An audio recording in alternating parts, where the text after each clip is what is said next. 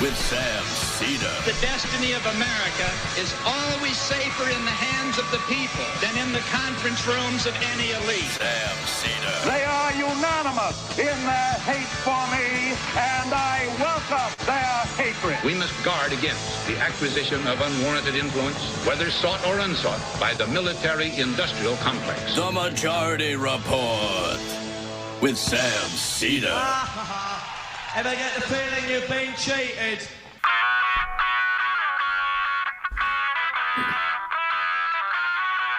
It is Wednesday, February 2nd, 2022. My name is Sam Seder. This is the five-time award-winning Majority Report.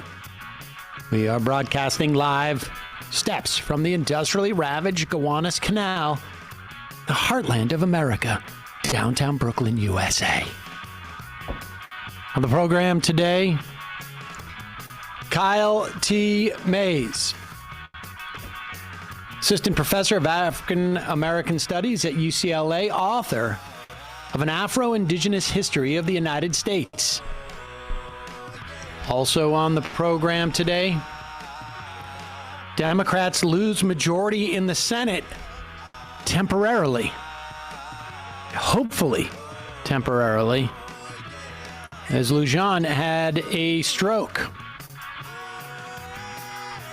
Meanwhile, Josh Hawley calls on Biden to drop support for Ukraine membership in NATO, breaking with the rest of the Republican Party. Native tribes reach a $590 million opioid settlement. And we're number one, ladies and gentlemen. We're number one. U.S., the United States of America, has a far higher COVID death rate than other wealthy countries around the world. Let's go. American exceptionalism at its best. GOAT! Pfizer applies to the FDA for 2-dose vaccine for children under 5. Tesla recalls 54,000 cars with full driving software because they lack full stopping software. And they determined that on our roads, where they're beta testing. Why not? Human dummies. Hunger crisis hits Nigeria. Former Miami Dolphin coach Mike Flores. Brian. What? Brian Flores. Brian Flores? What happened? Leads a class action discrimination suit against the NFL. And Whoopi Goldberg, is it Whoopi? Yeah. Suspended over her Holocaust remarks from The View. All this and more on today's program. Why did I say Mike Flores? I don't know. I don't know who Mike Flores is. I don't either. Sounds like a Republican. You should know Brian Flores. I know Brian Flores, the former head coach of the Dolphins. And before that, Pats. yeah. Not the head coach. Offensive. Solidarity with Brian Flores, who is risking. He may never coach in the NFL again. The NFL doesn't like it when you sue them, but There was a football player called Mike Flores, so. Oh, I was thinking of that guy. But I just hope that everybody learns from what happened with Kaepernick and supports Brian Flores here. Yeah. Yeah, Brian Kaepernick was great. Did I say that? No, I'm joking. Welcome, ladies and gentlemen. Thanks for joining us today. Got a lot to get to. We pre-taped Kyle Mays' interview just moments ago, so we will bring that up shortly.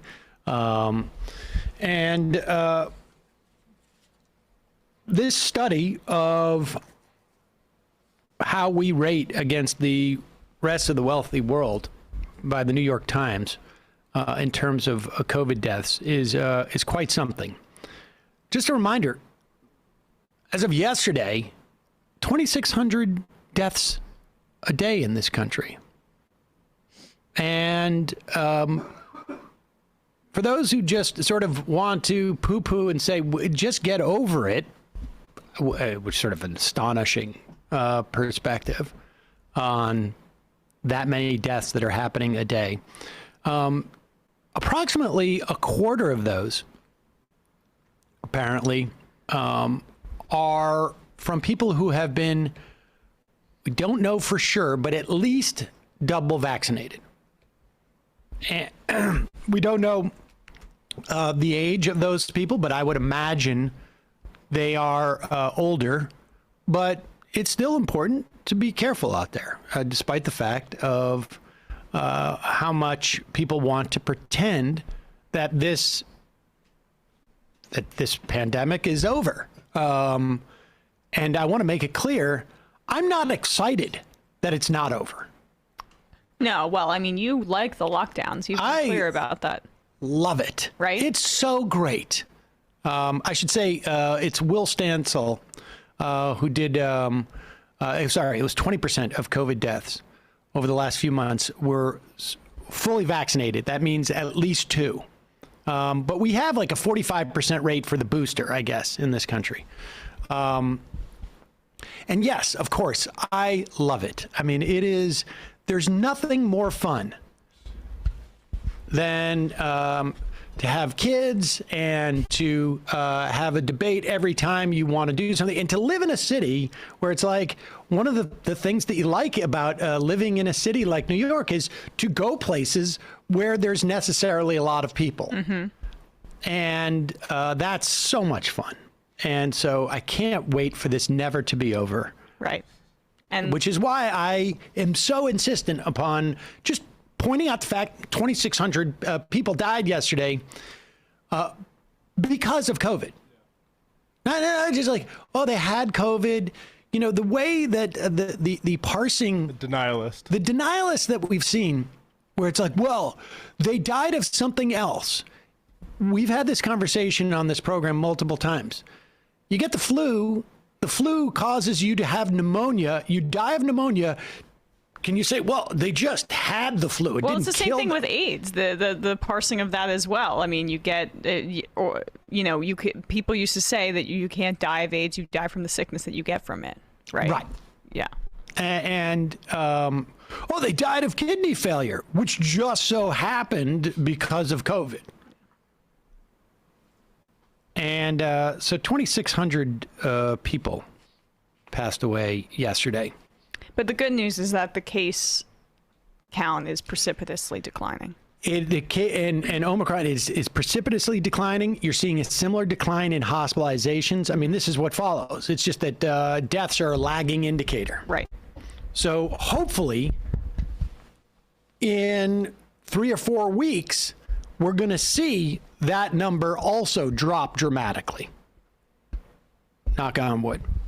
In the meantime, however, when you're aware that this many people are dying, that it's still possible to get COVID if you've been vaccinated, breakthrough infections happen. And I can explain this to people. Like, this is the analogy that I've sort of settled on now. When my 8-year-old son wants to go outside in October and it's 50 degrees out, it's no longer 60 or 70 degrees out, I say, wear a hoodie, dude. Just put your hoodie on, not just a t-shirt. Mm-hmm. Then you'll be warm. When he comes to me in early January and says, like, I'm wearing the hoodie and I'm not warm anymore, I have to explain to him that the weather has changed. So the hoodie is still better than the t-shirt, but now put your coat on. Like, this is like how people pretend to not understand how the vaccine works or why it's changed. Playing clips of people from, 8 months ago or a year ago when they're saying that the vaccine was going to have a certain impact, and now they're liars. It's literally like a conversation I would have with an 8-year-old. Yeah, it's a straw man. Like they said, they pretend like the left believes that vaccines were a silver bullet, which was not the case whatsoever. And it's not even like the left. It's just like normal people. Let's be honest. This is just medical normal people. Yes. Doctors. Yes. Right. Yeah. That's who these people are accusing of fraud on a massive level to inflate death counts. The doctors lied. Because COVID wasn't supposed to change. It was supposed to be dipped in amber. Yeah, and I mean, what they're doing is they know, I think, that knowledge of a novel virus is always going to be provisional and changing. And so they're basically camping out on where they can, you know, those sorts of, I guess, like opportunities present themselves. And understand where this COVID denialism comes from. Largely, it is fueled by individuals and groups of individuals and classes of people in this country who want to make sure that we do not have any reason to provide material support for people in this situation.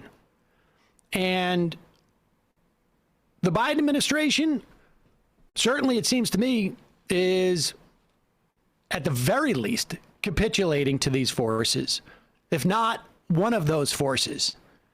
There's been virtual silence. I think they recently made some point about saying maybe there would be some limited unemployment, or there would be some limited benefits that were associated with it, paid sick leave provisions or something to that effect. But the fact of the matter is there are a lot of forces in this country, big Koch brother money, libertarian money, conservative money, that wants people to get back to work regardless of what's going on there. And God forbid they develop a collective understanding of the fact that the government can provide material benefits for them, and thus potentially health care as well. Here is Ron DeSantis, consistent with that, sort of giving up the game here by saying, like, you know, I mean, because if COVID is over, why would we have an eviction moratorium? Here's Ron DeSantis. Up 30%. And so that's going to cost more on the back end for people. You also look at what the Biden administration did with CDC by having this moratorium where a lot of the people who own these places couldn't get access to rent. So what they're now. The eviction moratorium is a problem because a lot of these people own these places. They're not going to have access to rent. As opposed to access to shelter. Right. Access to housing, access to a bed for their kid to sleep in. We got to worry about access to rent. Yeah, I think there's a weird passive use of that too. Yeah. Like meaning funds to pay rent, money. I think it's really, honestly, they just want to adopt the language of rights and like the Democrats talking about access to care. Yeah. We need access to health care. It's them. We need access to rent. If only. And not an ability to pay the rent. Yeah. To receive the rent. Like, I have access to a Lamborghini. I could go to a dealership and ask for one, but I don't have the funds to purchase it. We need access to rent for the landlords. Also, the CDC did the eviction moratorium when Trump was president. Yes. And it was under Biden when that was revoked. And the funds that were supposed to be paid out to people, it's known as like the most inefficient government program that came out of the pandemic. Like, I don't know how many billions were not paid out and how long it took, but there's over $20 billion in rental debt right now. And so, yeah, they use like terms like access in order to obscure the fact that they're in favor of throwing people on the streets. They could access those funds from the government too, but they'd rather access it from people who need to work. That's also the point, right? Like, the landlords find it more lucrative to bleed people dry and hang them over a fire pit than to use the government assistance. We need to allow people access to being evicted. All right, we're going to take a quick break. When we come back, we'll be playing that interview with Kyle T. Mays, Assistant Professor of African American Studies at UCLA, author of An Afro-Indigenous History of the United States. Just a reminder, if you go to Majority Live now, you will see. In fact, pull that up. Pull that up, Bradley. Let's go to pump it to the URL. Let's see if this worked. MajorityLive.com. You will see the opportunity you have for this to come up on your computer. You have access there it is. To these tickets. Look at that. Majority Report website. live show dates and locations. Boston, Mass. May 15th, 2022, 2 p.m., the Wilbur Theater. And now, Brooklyn, New York, March 26th. You know what? I should probably reverse those. A little bit confusing. Yeah, I went to the website, actually, and I clicked on the top link thinking that would be the... And yeah, you know what occurs to me? That is, it shouldn't be in the order that you announced. It should be the order that they're going to actually happen. Now, listen. I want to say this. There's going to be a surprise guest at the Wilbur Show. Or I should say, as of now, there is. One never knows, but you're not going to want to miss it. We have, the announcement. Oh, we should probably, I'll put the announced guest in there too. But Larry Murphy, John Benjamin, Ali Sure. But there's also a surprise guest. Oh, and maybe we'll reveal the musical guest we have too in Boston. The Boston show is getting like the all-star treatment. Yes. Super, super big all-star treatment. It's Coachella. You're right. Brooklyn's going to be awesome, too. We'll announce some of the guests at that coming up. But it's going to be, this is our back door, a backyard. Right. So check it out. MajorityLive.com for those tickets. You do not want to miss those shows, folks. Also, don't forget, it's your support that makes the show possible. You can become a member at jointhemajorityreport.com and the AM Quickie, amquickie.com. Sign up for it. We have, it's getting a little explosive in terms of subscriptions. Oh. I don't mean to be surprised by that, but I'm excited by it. No, it's great. amquickie.com. Great email in the morning. Tell you the top couple of stories you need to know. All right.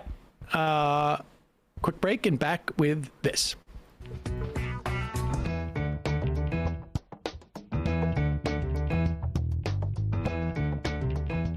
We are back. Sam Seder, Emma Vigland on the Majority Report.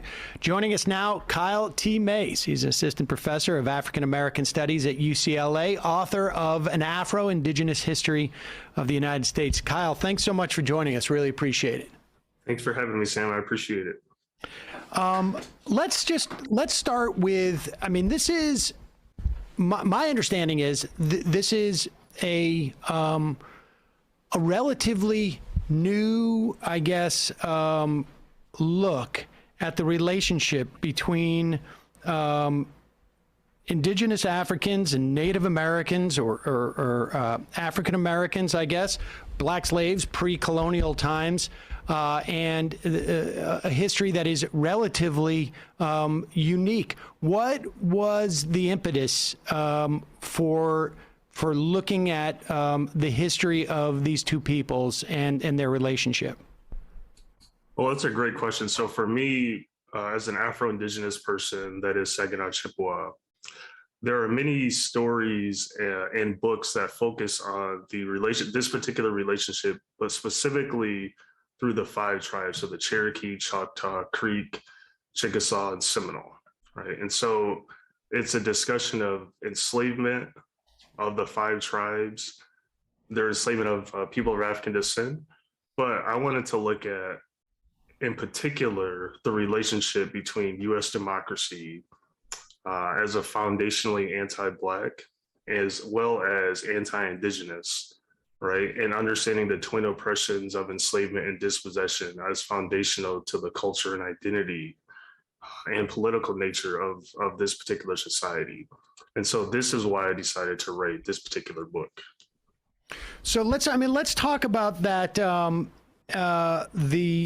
about that dynamic. And let's just broadly start with that dynamic.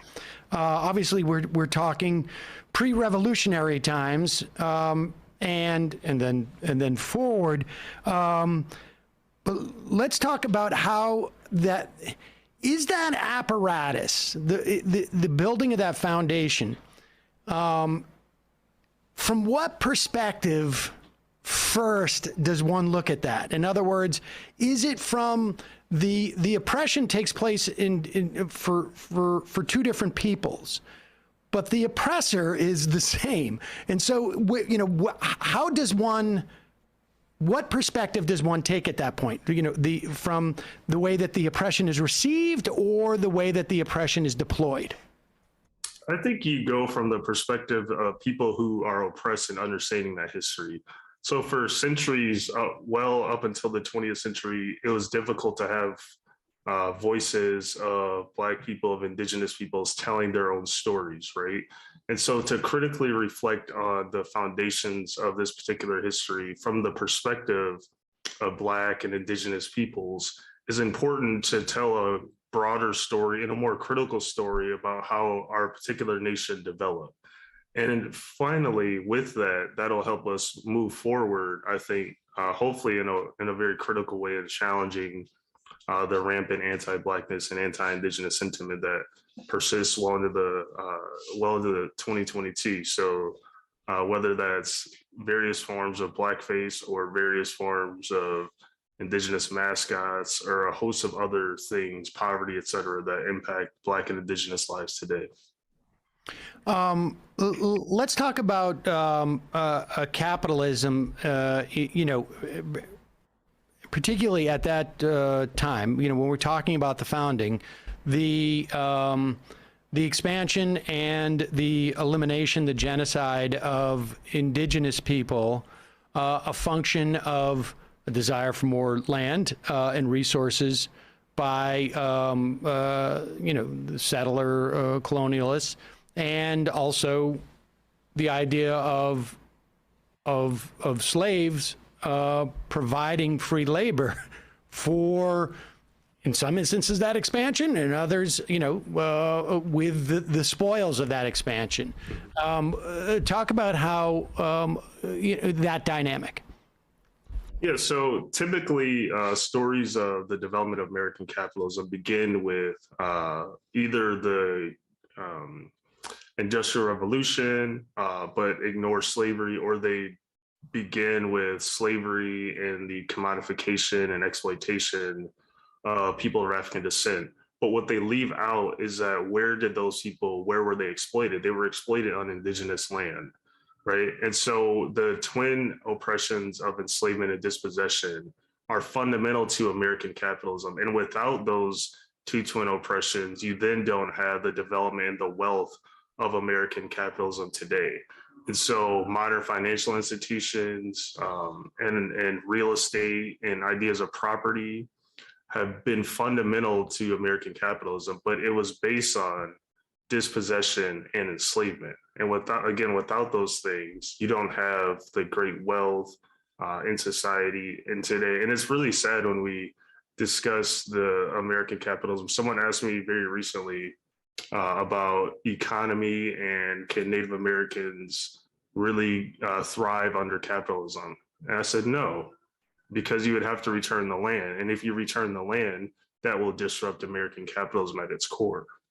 Well, that's part of what I thought was so interesting about what you wrote, right? Is because there's a perception from what you wrote by anthropologists, or the writing has divided the experience of Black Americans and Indigenous Americans to such a degree that doesn't make sense given what you talk about, because foundationally, both of the exploitations of Black Americans and Indigenous Americans are based in capitalism, yes, but also colonialism and the way that capitalism manifested as a result of that. Can you talk a little bit about those similarities and parallel experiences?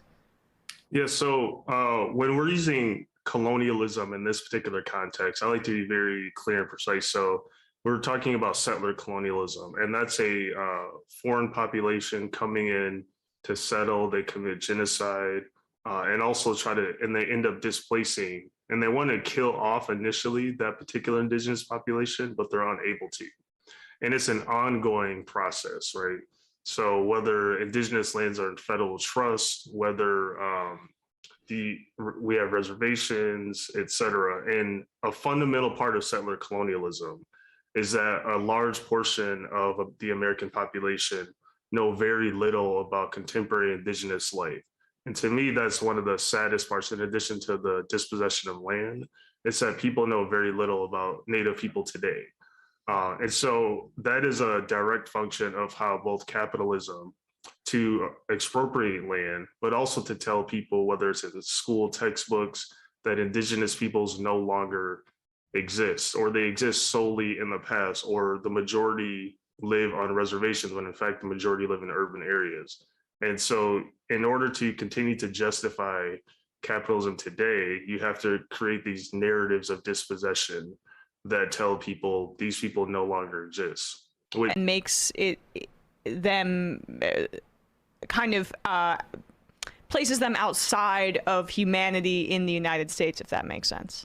Certainly. Like, for instance, most of those mascots or issues are based on the Plains Indigenous Nations, right? And there are 574 federally recognized tribal nations, many state recognized tribal nations, and also tribal nations like the Tongva in LA, where I'm located, who are not recognized, but still have community and consider themselves a particular tribal nation.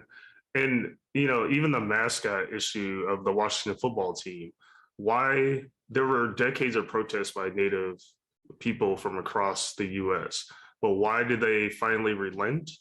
Because billionaire corporations said, we're going to take our advertising away from you. So Nike and other corporations. And it's a really sad thing. I don't want to negate the activism of Native peoples, right? Like Amanda Blackhorse, who's been doing a lot of things around that very recently. But it took billionaires to say, we will take our funding if you don't do something about this. And that's American capitalism and settler colonialism in a nutshell. I want to talk about, well, let's also, one of the other themes, and I want to return to the idea of reparations and how that the sort of ongoing negation, or I guess elimination of the presence of indigenous people, it sort of plays into reparations. But let's go back, because one of the points you make in the book, and at the beginning of the book, in fact, is the failure of historians to contemplate the idea that Africans brought to the United States as, or at that time, you know, to this country at that time, were also indigenous. So will you talk about that concept of what it means to be indigenous? I mean, how you have a group of people who are indigenous on land that is not theirs because they've been forcibly brought from their land. Yeah, so when I am utilizing a term like indigenous, there's a legal concept within the US, within the United Nations. So within the US, it's about recognition from the federal government, which I'm a bit hesitant to always. I think we should try to reject the recognition of the state in some ways. Native nations don't always need the recognition of the state in order to be indigenous, but within federal law, that's a requirement. Now, according to the Declaration of the Rights of Indigenous Peoples, indigenous means people who have a long history of connection to land, of language, cultures, and a host of other things, right? And they're recognized by other groups as such. Now, of course, the United Nations doesn't always have a lot of say. And the United States initially, although they support it now, did not support the Declaration of the Rights of Indigenous Peoples, which passed in 2007. And so when I'm saying indigenous Africans, I'm not meaning to say that they are indigenous to the US and therefore are the new indigenous peoples. But what I'm trying to get people to understand historically is that those people were indigenous. And if we imagine that they were indigenous and forced to come to the US, similar to indigenous peoples forced to come from Central America, Salvador, Honduras, etc., because of the US's neoliberal policies, then how can we create better relationships between those two instead of just marking them as Black or African or simply as Latinx or Latine, right? And it's just recategorizing their particular subjecthood so we can have better relations between indigenous peoples globally. I see. And so, and is that, but is the definition a function, or is that useful insofar as experientially indigenous people, indigenous Americans who were here, and those indigenous people who were brought from Africa, both were subjected to attempts to strip their relationship to their culture, as it were, or their language, or their history. I mean,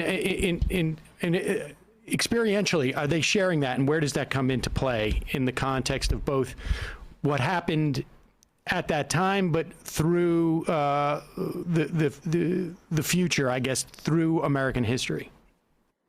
Yeah, so there were people like, when I talk in the book, are people like the great poet Phyllis Wheatley, Paul Cuffey, who tried to create a settlement on the African continent in the 18th century. But he was the product of a indigenous African and we'll say North American indigenous mother.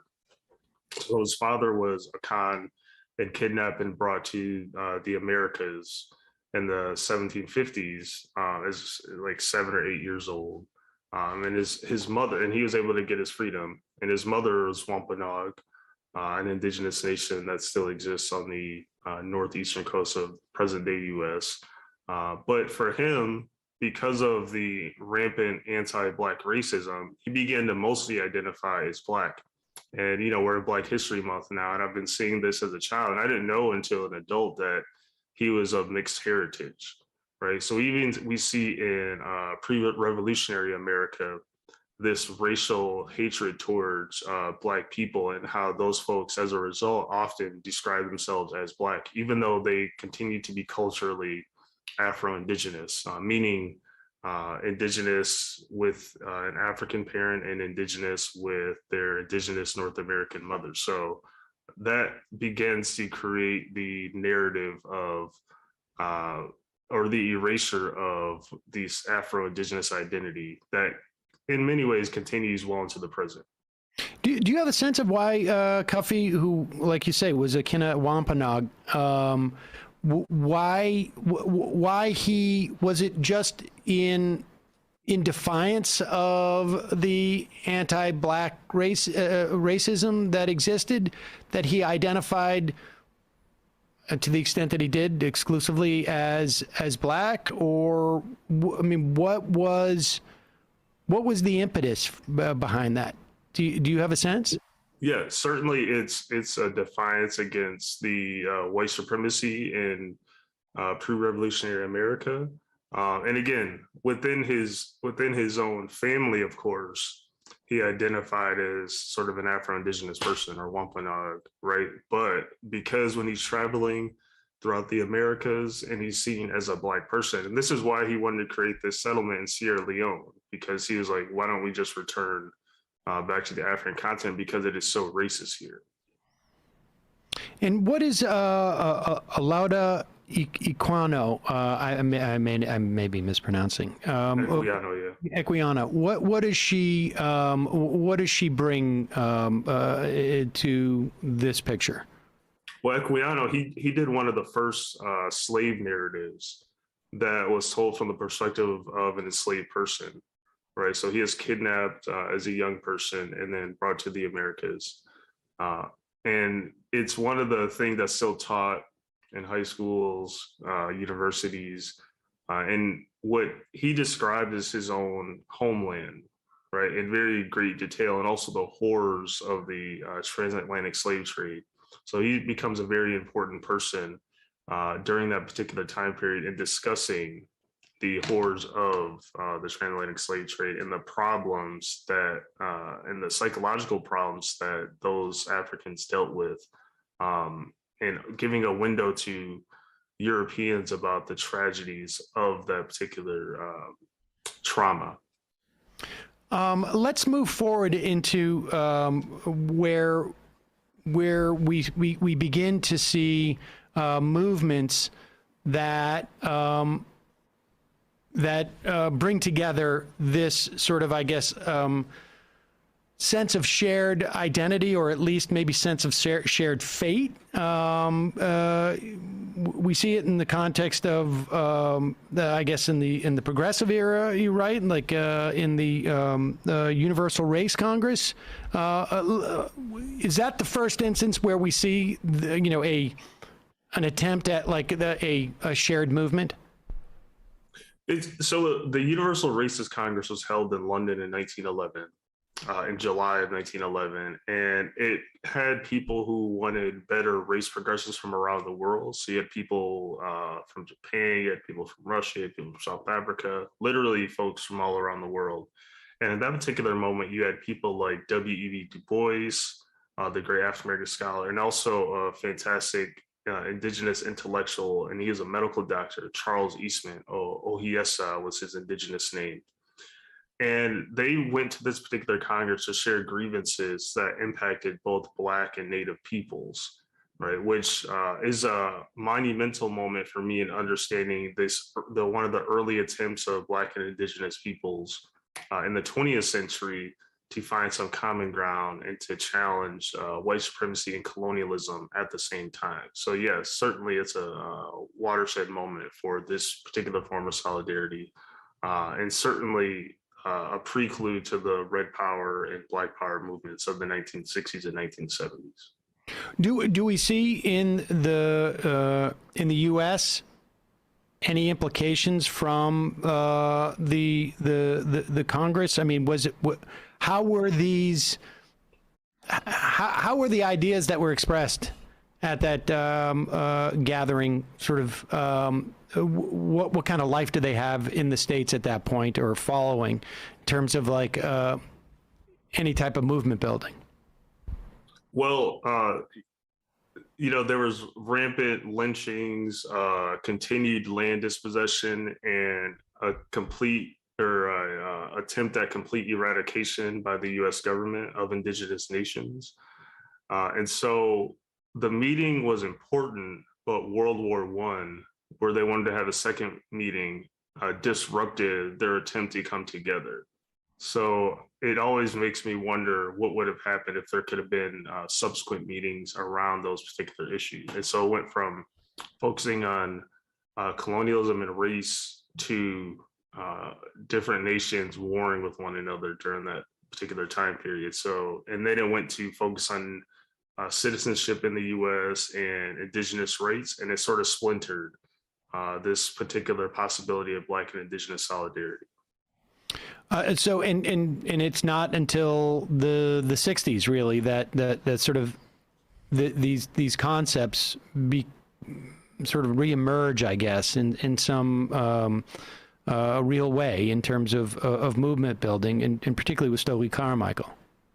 Exactly. So Stokely Carmichael, or Kwame Ture, when he would change his name, believed that as a Black person, North America, the U.S. was not his land; it's his indigenous land. And he was probably unique and the only person I've been able to find that consistently stated that point.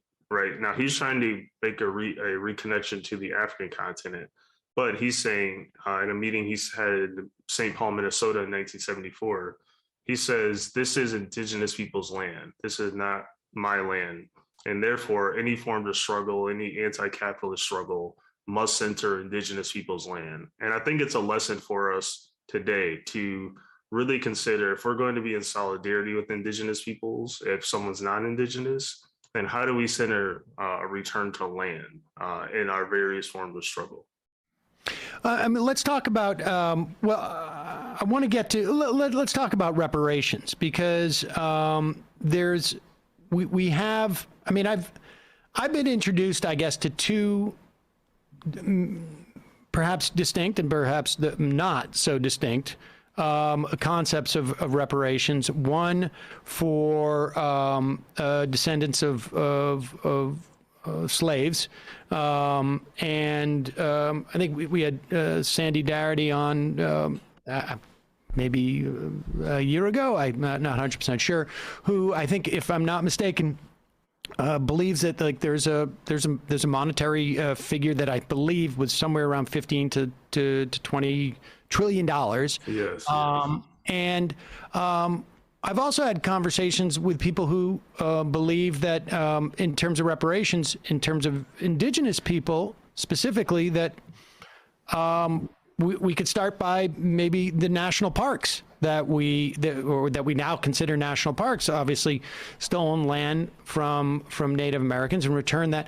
But give me your sense of both the relationship between reparations for both groups, the necessity for both, if you're going to have one, and your perspective on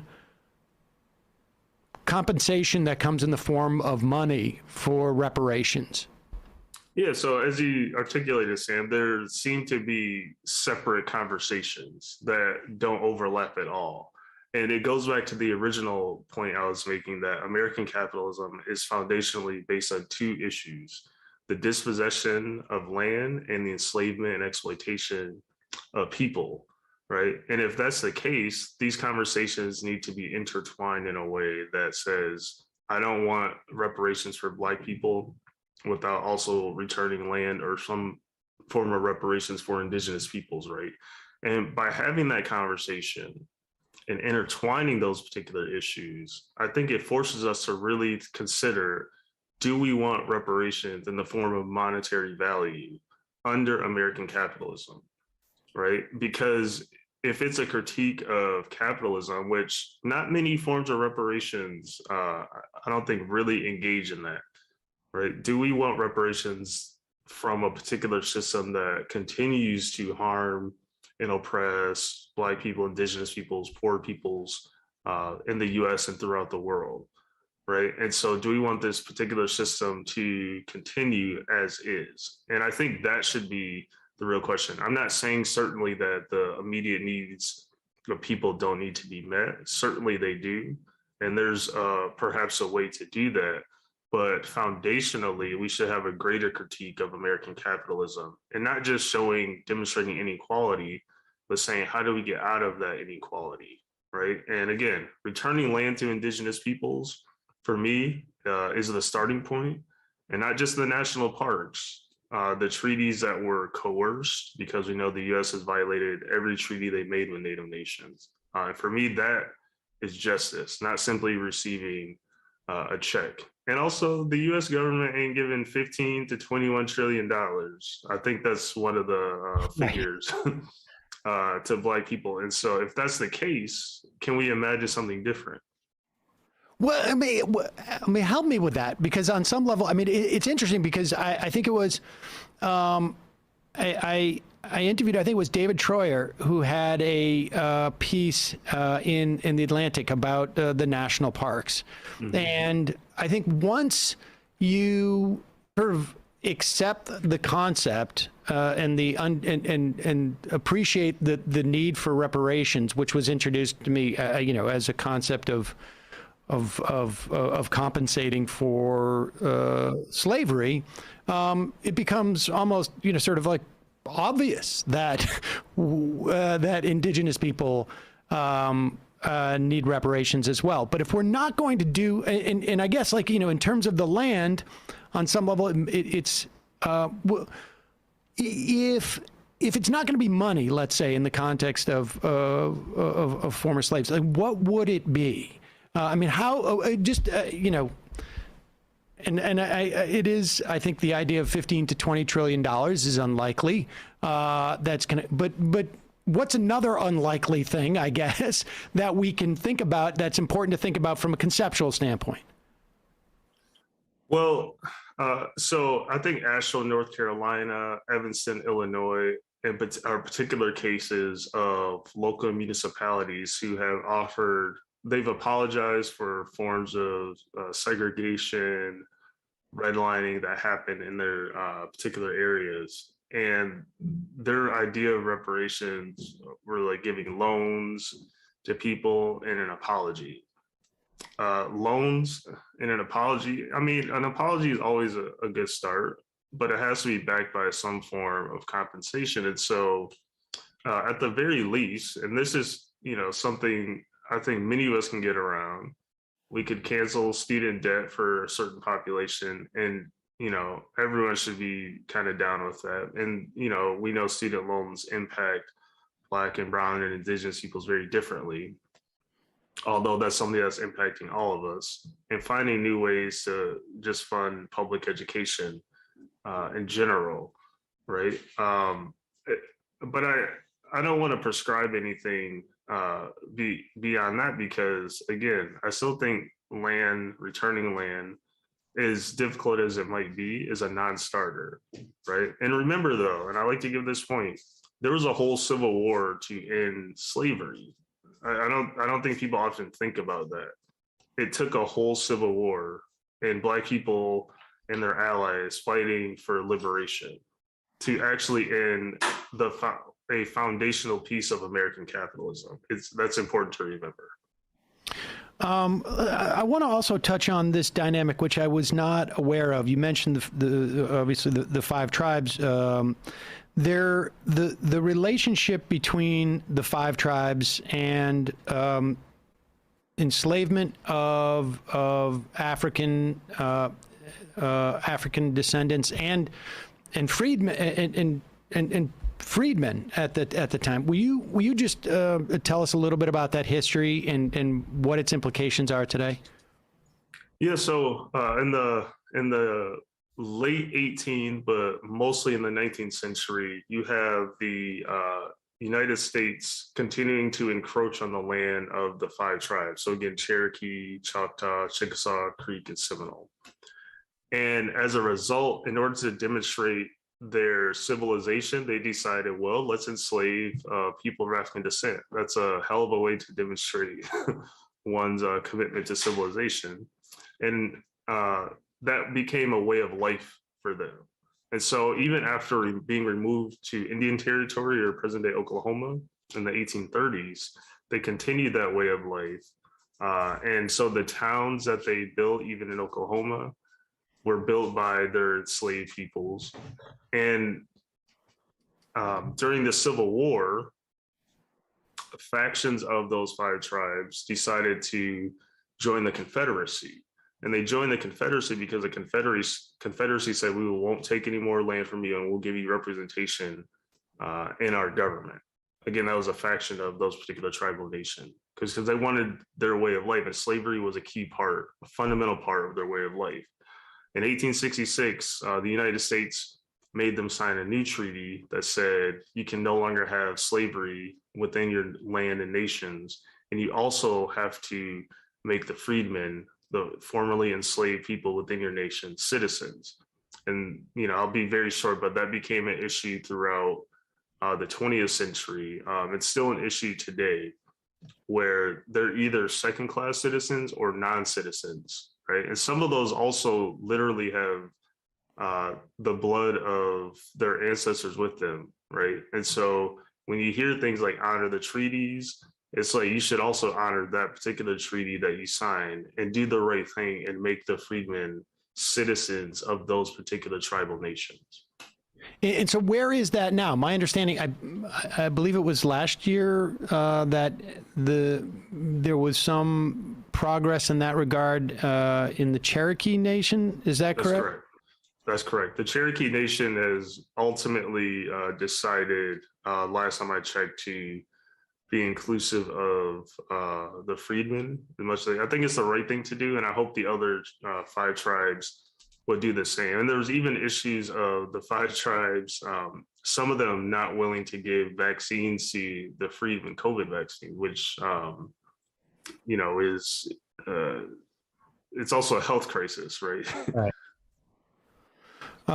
That's fascinating. And what are the implications of that? Like, how much does that controversy stand in the way of the type of understanding that you are promoting? Yeah, well, within Black communities, they cause a discord because there's the assumption that Native peoples, like all Native peoples, are involved in the enslavement of people of African descent. And I try to dispel that within the book and in general conversation to say that was these 5 tribes who engaged in these acts of enslavement.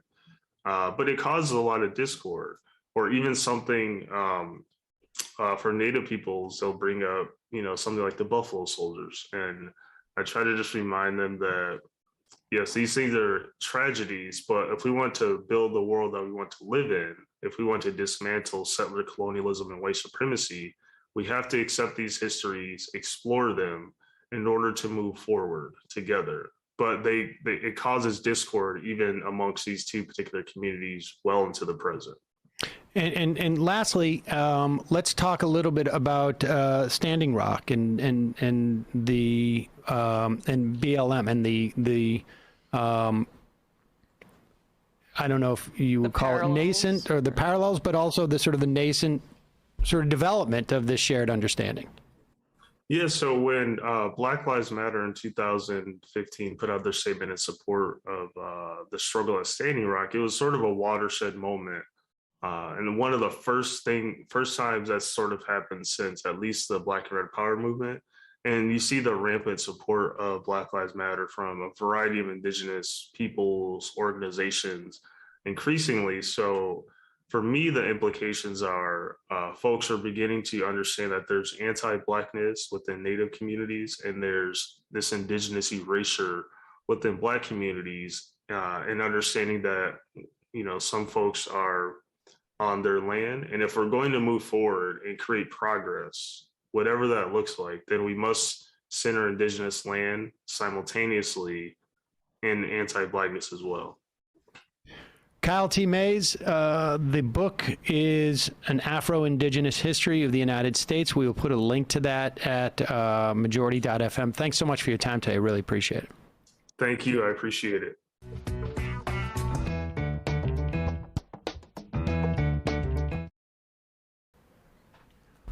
We are back, ladies and gentlemen. We're going to head into the fun half of the program now. Whoa. Already. Yeah. Yeah, I guess. 12:57. I was reading the about page. That clock is wrong. It's right. 12:54. Yeah. Mm-hmm. All right. I was reading the about page on Majority Report, majority.fm, and it described the 40-minute free show that we would do every day.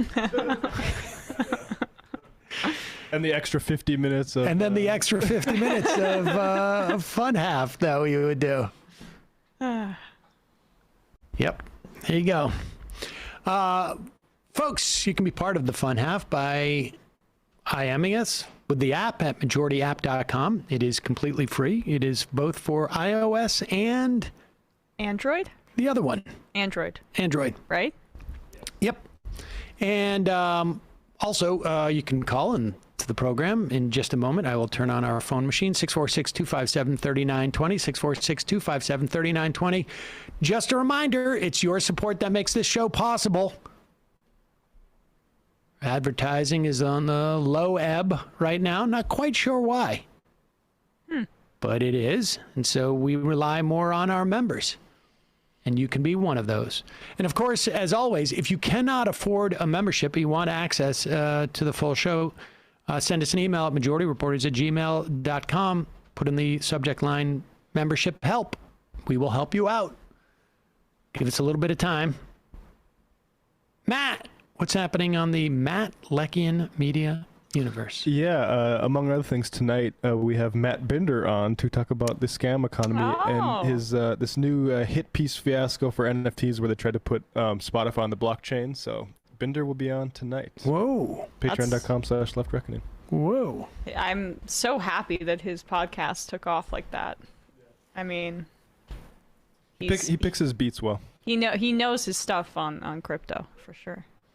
All right. See you. Well, wait. We have a special announcement. The new MR Fund Bullprog. Right. Bullprog sent us a new MR Fun Half into the rotation now. We put this, right? This is MR Fun 2. MR Fun 2. Let's check this out.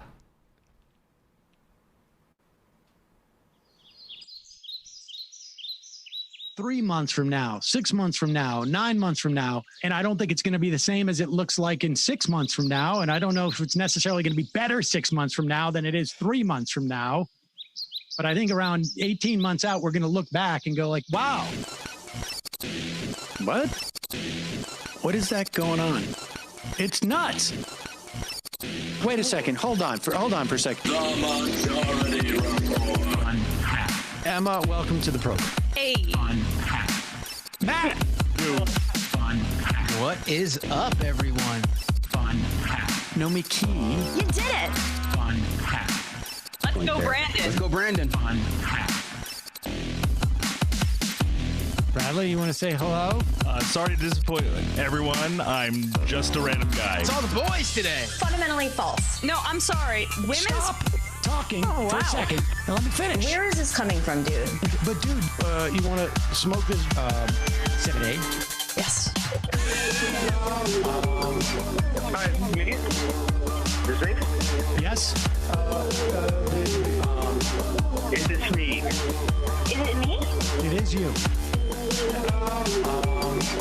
Is this me? Hello, is this me? I think it is you. Who is you? No sound. Every single freaking day. What's on your mind? Sports. We can discuss free markets and we can discuss capitalism.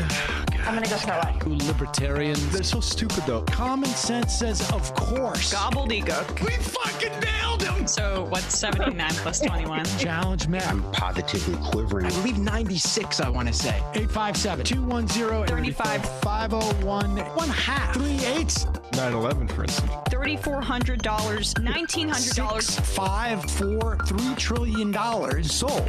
It's a zero-sum game. Actually, you're making me think less of it. But let me say this. Poop. Call it satire. Sam goes to satire. On top of it all, my favorite part about you is just like every day, all day, like everything you do. Without a doubt. Hey, buddy, we see you. All right, folks. It's just the weak being weeded out, obviously. Yeah, sun's out, guns out. I don't know. But you should know. People just don't like to entertain ideas anymore. I have a question. Who cares? Our chat is enabled, folks. I love it. I do love that. Look, gotta jump. Gotta be quick. I gotta jump. I'm losing it, bro.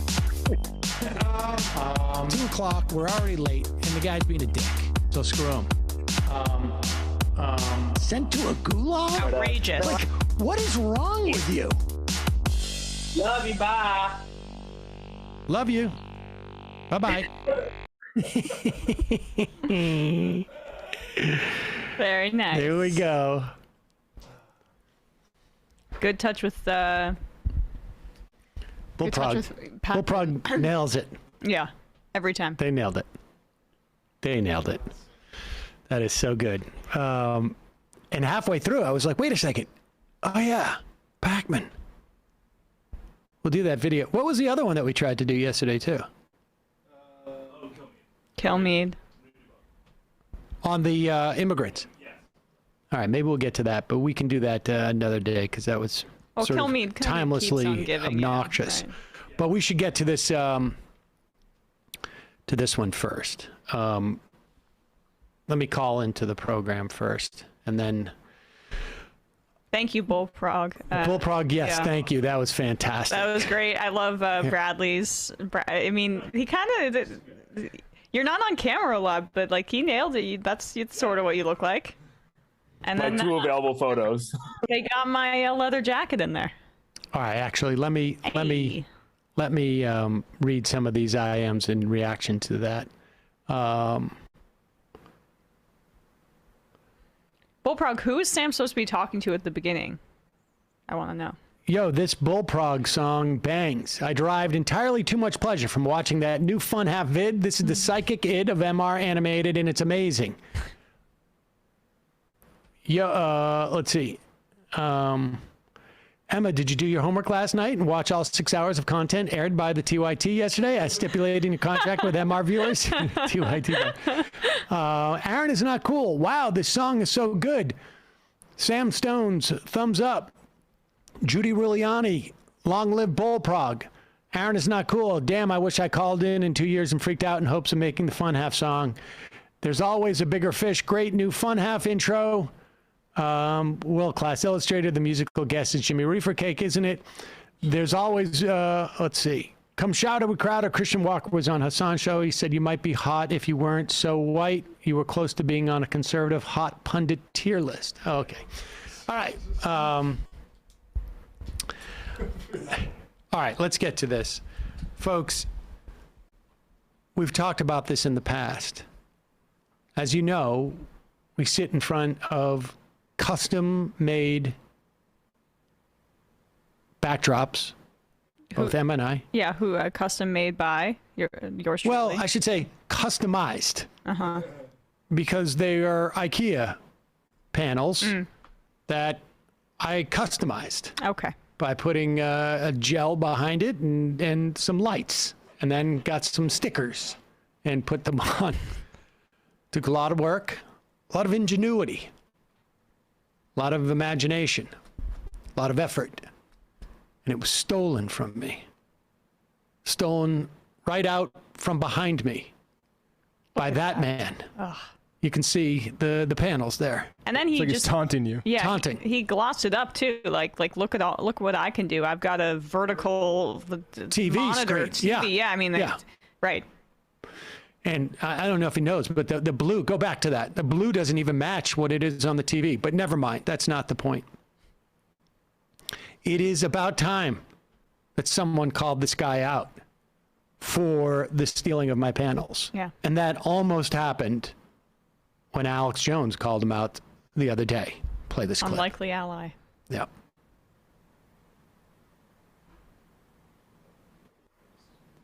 Look at that. That is a frickin' predator right there. He thinks he's smarter than you, and he's better than you, and he's going to beat you, he thinks.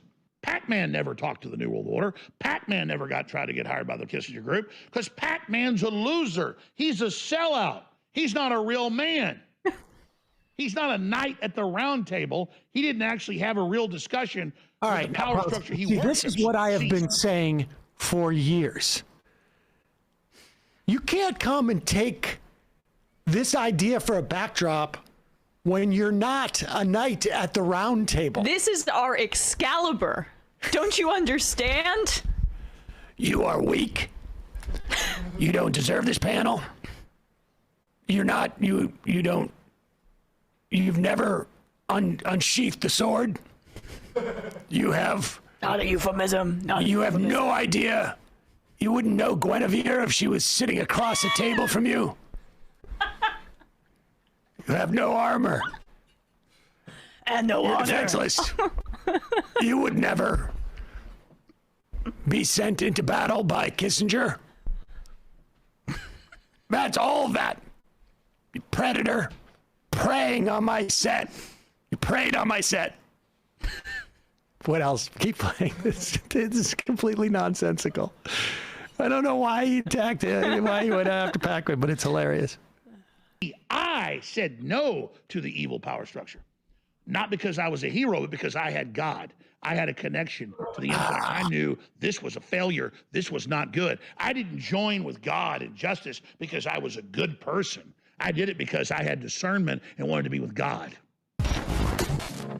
All right, now go forward. That was just the promo of the thing or something. So now we... Yeah, keep going. Yeah, it doesn't matter where you go. It's completely nonsensical. So it betraying themselves, betraying humanity, serving Soros, serving Schwab, serving Soros, Fauci. And then I've got some more news I want to hit here. So this is just a snapshot of the bizarreness of acting like a tape call is a call and then nodding with it and talking to it because you're so scared to actually talk to people and give them the power of being live. That's what the left always claims. Jones has fake callers. Jones has fake reviews because they're fake, because they rig everything, because they're so scared. Apparently what Patrick does is he has voicemails that he plays voicemails on his show. We take calls. But, I mean, remember when Alex Jones... Because I am a member of the Knights of the Round Table. I'm very religious guy, actually. God is with me. Yeah, I'm heavenly person. Emma. Not because it's the good thing to do, but because God's fucking cool. I didn't want to. He just chose me. Not because I'm a hero. Just because I won the lottery. Is that God stuff, is that a new emphasis, or has he always sort of been doing that? I also wonder if it doesn't have something to do with Pac-Man's Soros backing, if you know what I'm saying. You know, if you go in and see any of the comments underneath Jones's thing, it is very, very specific. A lot of comments are dealing with the fact that Pac-Man is Jewish. It's odd. That's odd. It's so odd. It is like your point about Alex Jones, like the CIA would have created him if he didn't exist, and who knows? Like he's the perfect vessel for God. No, for like conspiracy theorizing that like you make it all about the Jews as opposed to capitalists. Right. And then you think about media members too, like not a structure of capitalism. It is the Bilderberger Group. And of course, the Jews who run the mannequins there. Yeah, you make a conspiracy out of like Vince Foster instead of what neoliberal capitalism is doing. That's right. 90s. Yeah. David Pac-Man dragged this set into the park, left it there, buried. Dragged my set there. Yep. So there you go. David Pac-Man. I can't. I mean, I watched the video, and to be honest with you, I couldn't quite make out what exactly it was that Alex Jones decided. I don't know if that means that like Jones is like, our numbers are down. I want you to pick some Jewish YouTuber Pac-Man probably went after who's got 1.3 million subscribers. No, but like this is what happened when we did that video on him. He didn't do it, or we did that, right? Yeah, no, it was a video like about Brad Wallace and Sam Harris, right? What do you mean? Do you not remember this? No. Then he covered our. We talked about Alex Jones. Oh yeah. Oh, he got confused. Yeah, I forgot about that. He didn't understand that. He thought we were interviewing Sam Harris. I'm confused by this, by the voicemails and the all the different voices coming from different places. Sensory overload. God did not choose me to understand what's going on. That's it. Bring back Sam Seder's set. That's what we want to hear. That's what I want. Now, damn it. I mean, One World Order. We have to accept people hoarding all of the panels. We have to accept, like, when somebody becomes de-radicalized and comes to the right side of the political spectrum, we have to accept them. Yep. Doesn't matter who it is, including Alex Jones joining the Majority Report in the fight against David Pac-Man. We will accept the allyship, and this fight will not end until every one of those panels is destroyed. I want to see it on air. I want to see proof of destruction of the panels. Perhaps with Excalibur. Yes. I want a sword, a massive saber stuck through every one of those panels, shattered. All right, let's get to... Need a lozenge? No, I'm good. Let's get to some real stuff. Calling from a 623 area code. Who's this? Where are you calling from?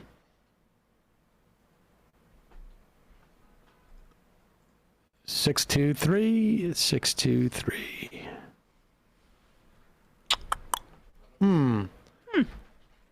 Wonder if I've got a little bit of a problem here. Let's see.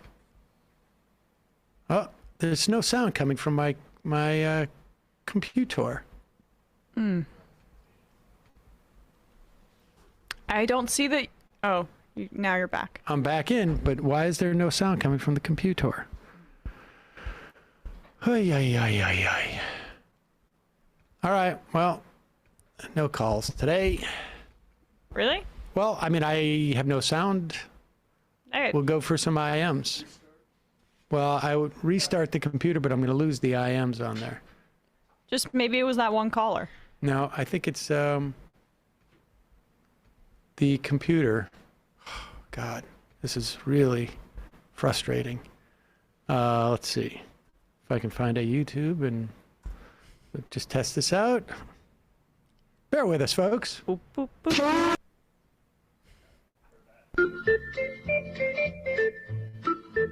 I can read IMs while you do this.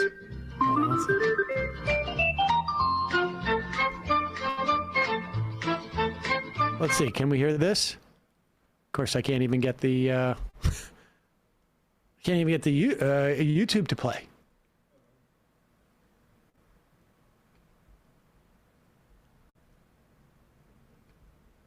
It's not loading. What the heck is going on with this?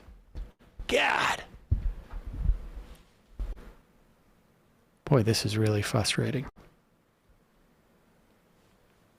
Oh, I can't even get this stuff to load. All right. There's something wrong with the computer. All right, we'll just have IMs today. That's okay. All right, let's there has been it's almost like a clarion call to in reaction to Joe Biden's Supreme Court pick. And you know how much there are people who don't like identity politics. Mm-hmm.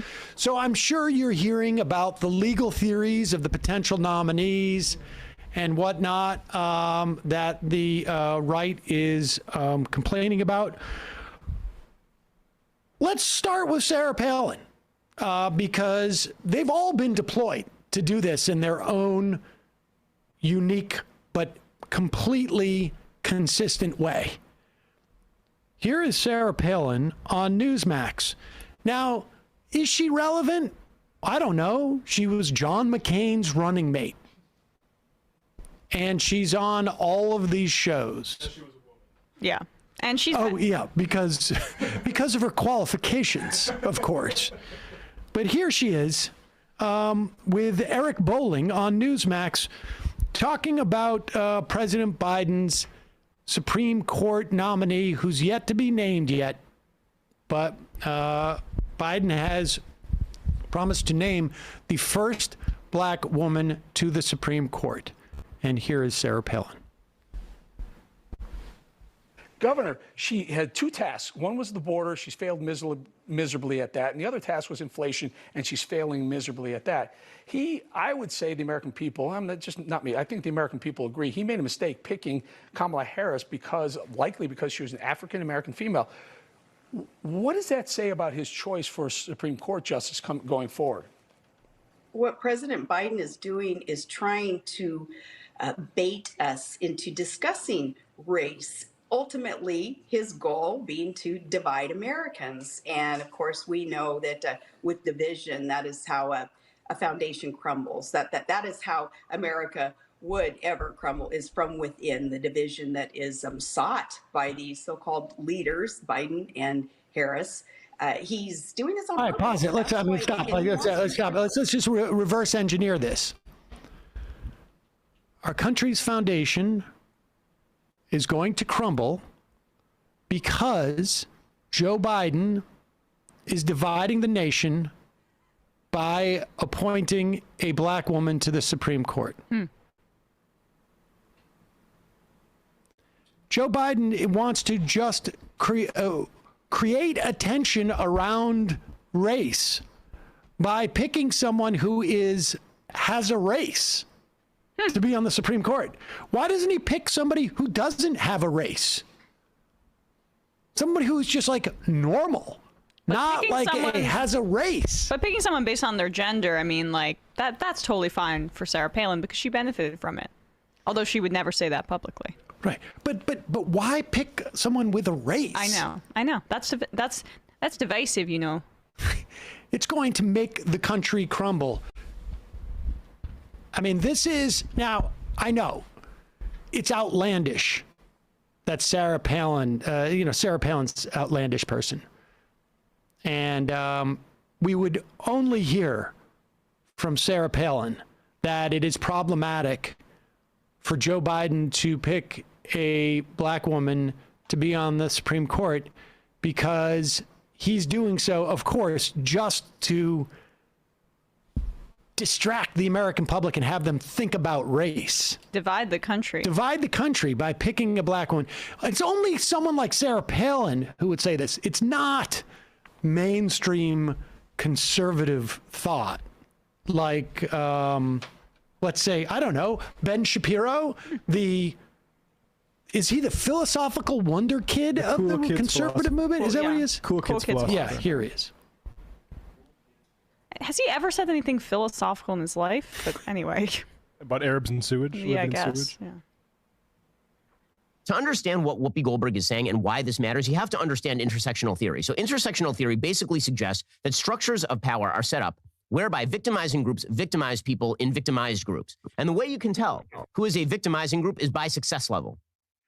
When you look at America, for example, you can see that black Americans are victimized, not by looking at their actual treatment in American society, but because they are less wealthy than, for example, white groups. And this is why you will see intersectional hierarchy advocates suggesting that black people today are meeting with the same sorts of discrimination in subtler ways than they were 70 years ago, which of course is absurd on its face. In fact, the only legal discrimination allowed in the United States right now is discrimination in favor of black candidates, as Joe Biden is proving with his Supreme Court pick. Pause one second. The basic we really need to go through this because this is extraordinary what he's saying here. Forget the Whoopi Goldberg stuff, the intersection. Forget the Whoopi Goldberg. But he's saying that it's ridiculous on its face that black people face discrimination in this country, even if we accept that it's subtler than it was 70 years ago.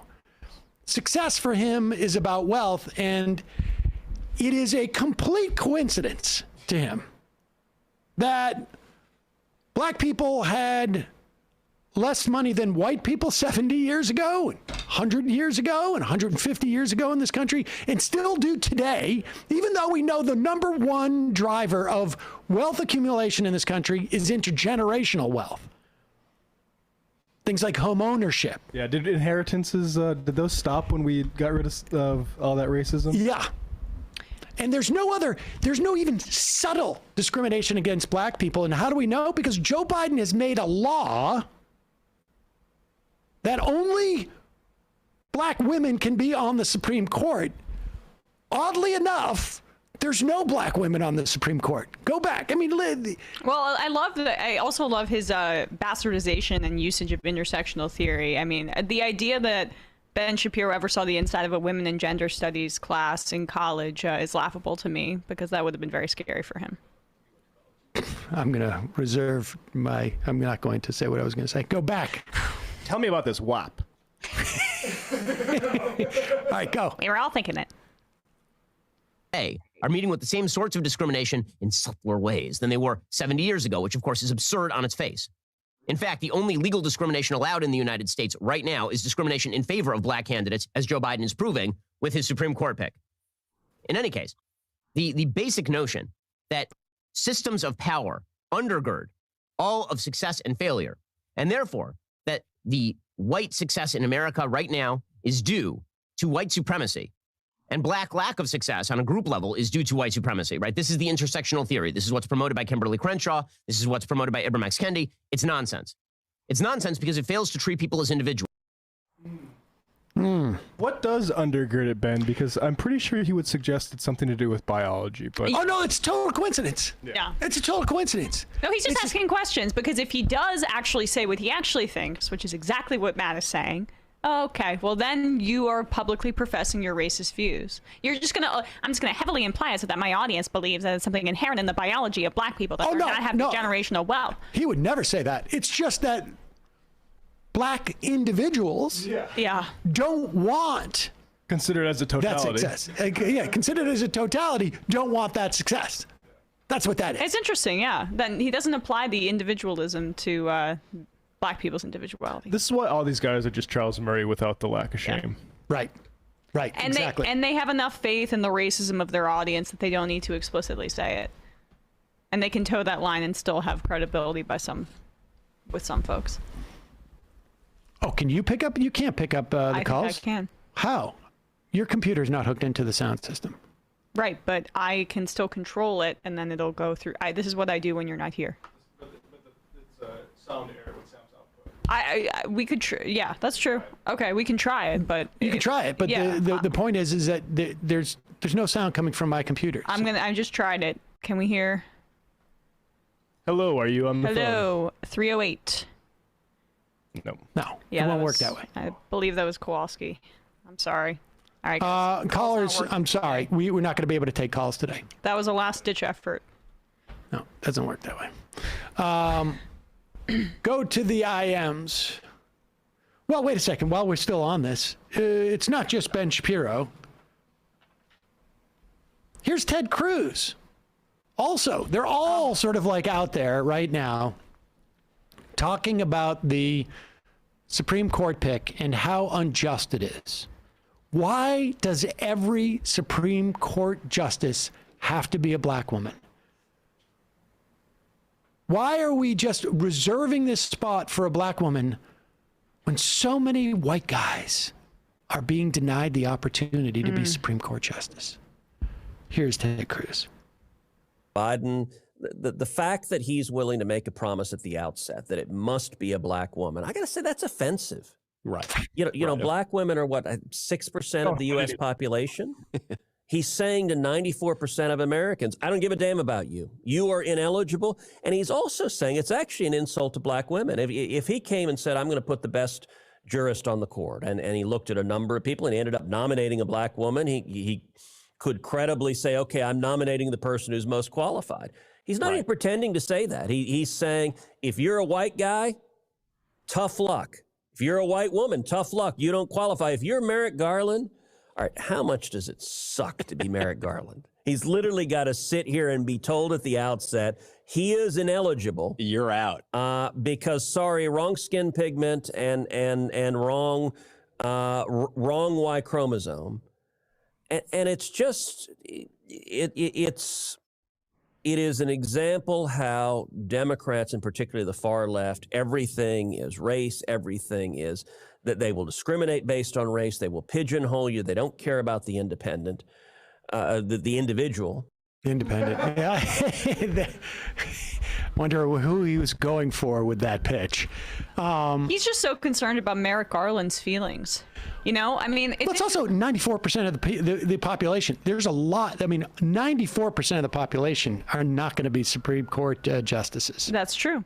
I love the idea that in the years before, when he blocked Merrick Garland from, he was a part of the Republican coalition that blocked Merrick Garland from having a seat on the Supreme Court. Now he's just very, very up in arms that Merrick Garland will be denied that opportunity. No opportunity. I'm crying so hard for the Attorney General of the United States. When can this guy get a break? But I want to just address his whole point is that as if there is a best jurist in the country right now. Somewhere there is one person. They're so good at judging stuff. One person who is so indisputably the best judge based upon some type of nebulous criteria, because there is a metric in which you can actually measure in a vacuum what a great jurist is. And there's only one, and that person is going to be denied because it turns out they are coincidentally not a black woman. And of course, you know, Amy Coney Barrett was the best jurist in the country, which was why Donald Trump put her on the first federal judiciary. She was not a judge until a couple of years ago. But he knew, even based upon the fact that she had never actually even judged anything, that she was the best jurist in the country. She just has so much natural, raw judginess. Judicial talent, right? Judicially. She's a raw draft prospect, but you can justify taking her first. But she can't possibly be raw. She's fully formed. That is the way it works with judges.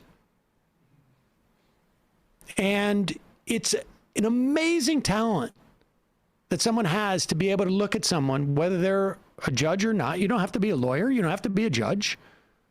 I mean, you can be a law professor. You can be a politician. I think politicians can make great judges. We've seen that throughout our history.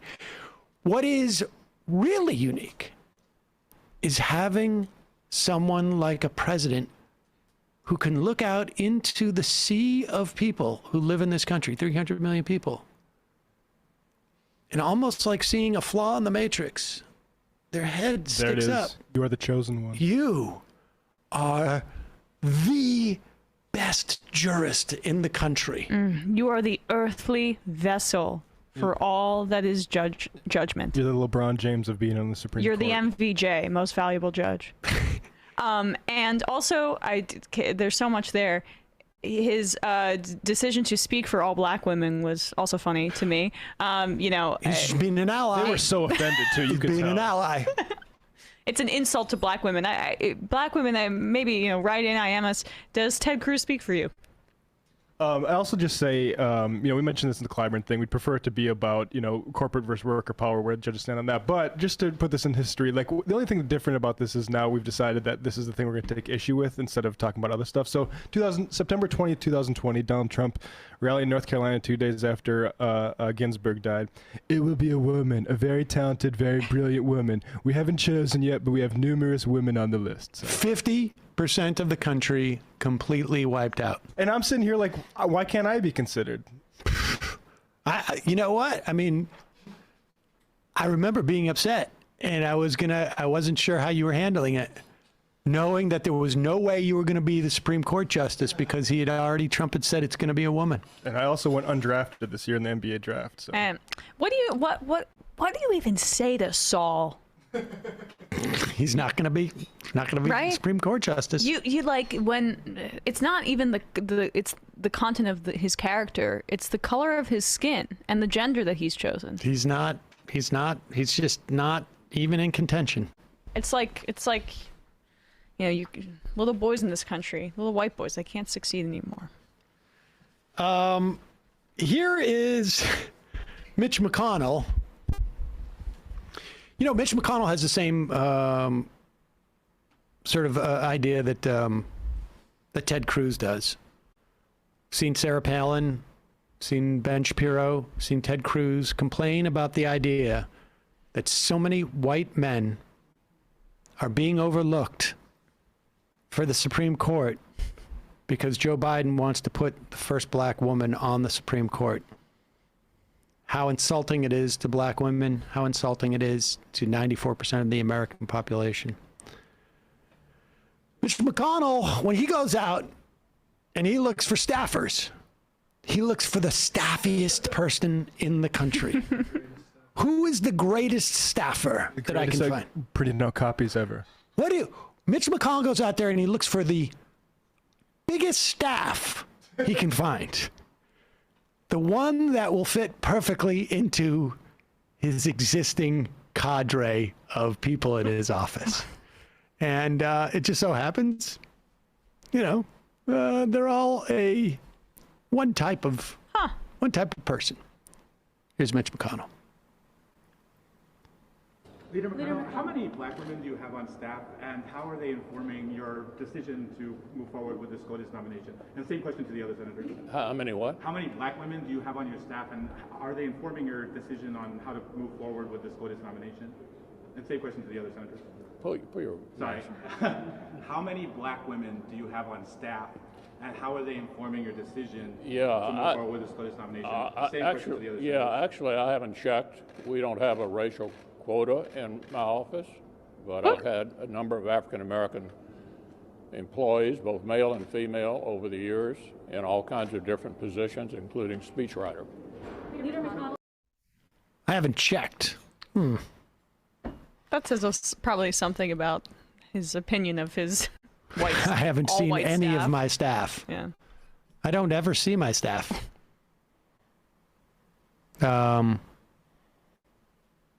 They are very, very upset at the fact that it's a black woman. So, it's going to be interesting to see if their questioning is focused on that. It's sort of like they're trying to figure out how they're going to. Well, they're filibustering in more ways than one. Right? I'm sorry. Could you raise your? Could you drop your mask when you say that? They're filibustering. I'm sorry. Could you one more time? How Let me many think black of a women response do to you what you're have on saying. staff? How many black women? Let me think about your response. How many black women do you have on staff? They're informing my decision.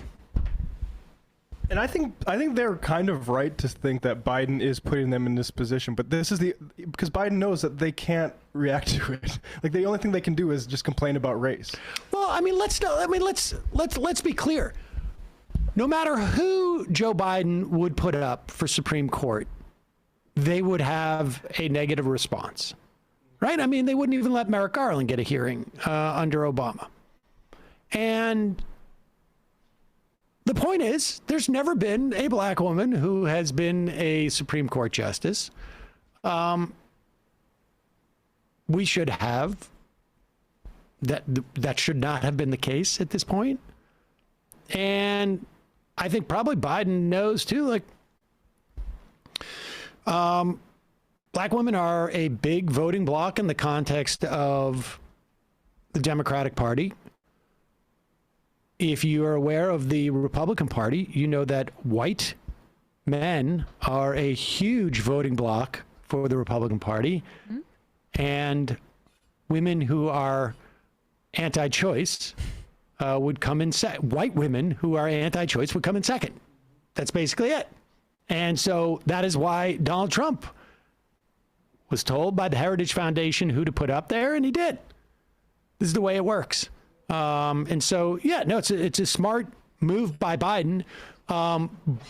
But again, horrible one if he puts an anti-worker, union busting lawyer there. The one who Lindsey Graham is like, now there's just multiple articles about how aggressively Graham is pushing for. Right. And who cares if Lindsey Graham votes in favor of this nominee? It has zero political value. Mm-hmm. And you want to alienate unions? That would be idiocy. It would be sheer idiocy by Joe Biden to do something like that. Maybe he'll do it. I don't know. I mean, it seems like an easy decision to appoint Ketanji Brown Jackson, but they could fumble the ball. She's already been through the Senate confirmation process. Clearly, that's who a lot of people in his circle want. Bing, bang, boom, let's get it over with. They should have already have vetted or had a list, vetted and had a list of, they should have had a list for 5 nominees for each position on the Supreme Court. So there should be a list with 45 slots. You could have the same person who might be good for any number of the slots in there. They should have had this ready. They should already be interviewing people at the White House, because you did not need to be a genius to predict the possibility that any number of the geriatrics in the Democratic Party, or just chance itself, when you have a 50-50 thing, could lead to a lack of a majority, which the Democrats have at this moment. Lujan from New Mexico, right? Yeah. Had a stroke, Senator Lujan. And the Democrats, as it stands right now, Ben Ray Lujan, I think he's like only, he's only 49. I thought he was in his early 50s. He had a stroke. Yeah. He underwent brain surgery to relieve swelling. He's in the hospital. They don't know when he'll be out. The expectation is that he recovers. That's the expectation. And they don't have a working majority. They can't confirm anybody right now.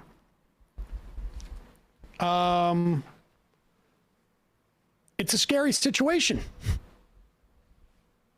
They should get this done as quick as possible. The day that Lujan can walk out of that hospital or be wheeled out of that hospital and taken to Washington, D.C., they should be ready to have that vote on the floor.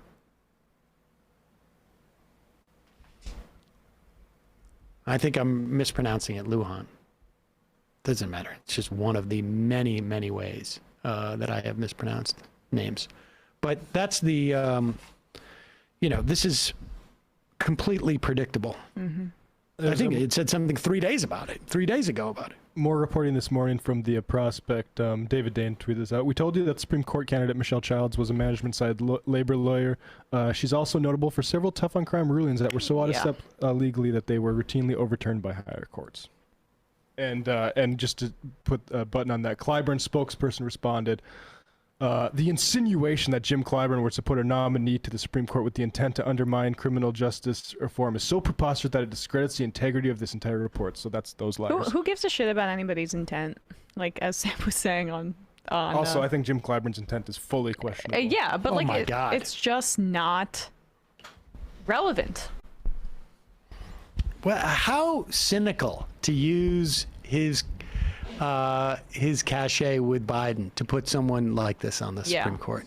Really just gross. Transactional state politics. But for the worst possible, demon stuff, honestly. Yeah, horrible. Mentioned earlier, 2,600 people a day dying in this country from COVID. Fortunately, cases are down dramatically. Hospitalizations across the, I should say, in general. Of course, there are locations where this is not the case. Mm-hmm. But nationally speaking, hospitalizations down. Deaths are a lagging indicator. So we will see, hopefully, deaths drop as well. 2,600 people died yesterday. And here are Fox's Steve Doocy, Brian Kilmeade, and Ainsley Earhart talking about the social costs of lockdowns, which have not taken place in this country in a year. In over a year. Yeah. And to be clear, we're also, new report out by the Times today, our death rate in this country relative to wealthy countries around the world, much higher. What about the human costs of not doing a zero COVID-like approach? It's probably lots of humans dead. And lots of humans orphaned. And lots of humans lost their children or their cousins or their neighbors or their friends or their sisters or their brothers, their aunts and their uncles. Here's Fox and Friends. But ultimately, as we know now, 2 years into it, Omicron is still a killer. Yesterday, 660,000 new cases. Yesterday, 2,500 people died of COVID, which is more than died on Pearl Harbor Day. So it is one of those things where it's still out there. We got to figure out. This is what's amazing. He gets so uncomfortable. And Kilmeade is so mad at Doocy for laying out these numbers. He's so mad it distracts Ainsley. You can see her start at the beginning because she looks over at Kilmeade, sensing his energy just. He's so mad. He's boiling in over. His chair. We are a news program, for God's sakes. Don't talk about the death totals from yesterday. Death first thing in the morning? Come on, guys. It's Fox and Friends, not Fox and Doom and Glooms. All right, go back a little bit. Watch Kilmeade. This is what a despicable. How are we going to compete with the Today Show if we're talking about deaths? He's just got such a he is such a cretin. I watched a clip of him from 2003 with Janine. She was on saying why we shouldn't go to war, and he was such a scumbag then. It shows a lot of integrity that he's maintained this the blackness of his heart. Okay, continue. Watch Kilmeade and Ainsley.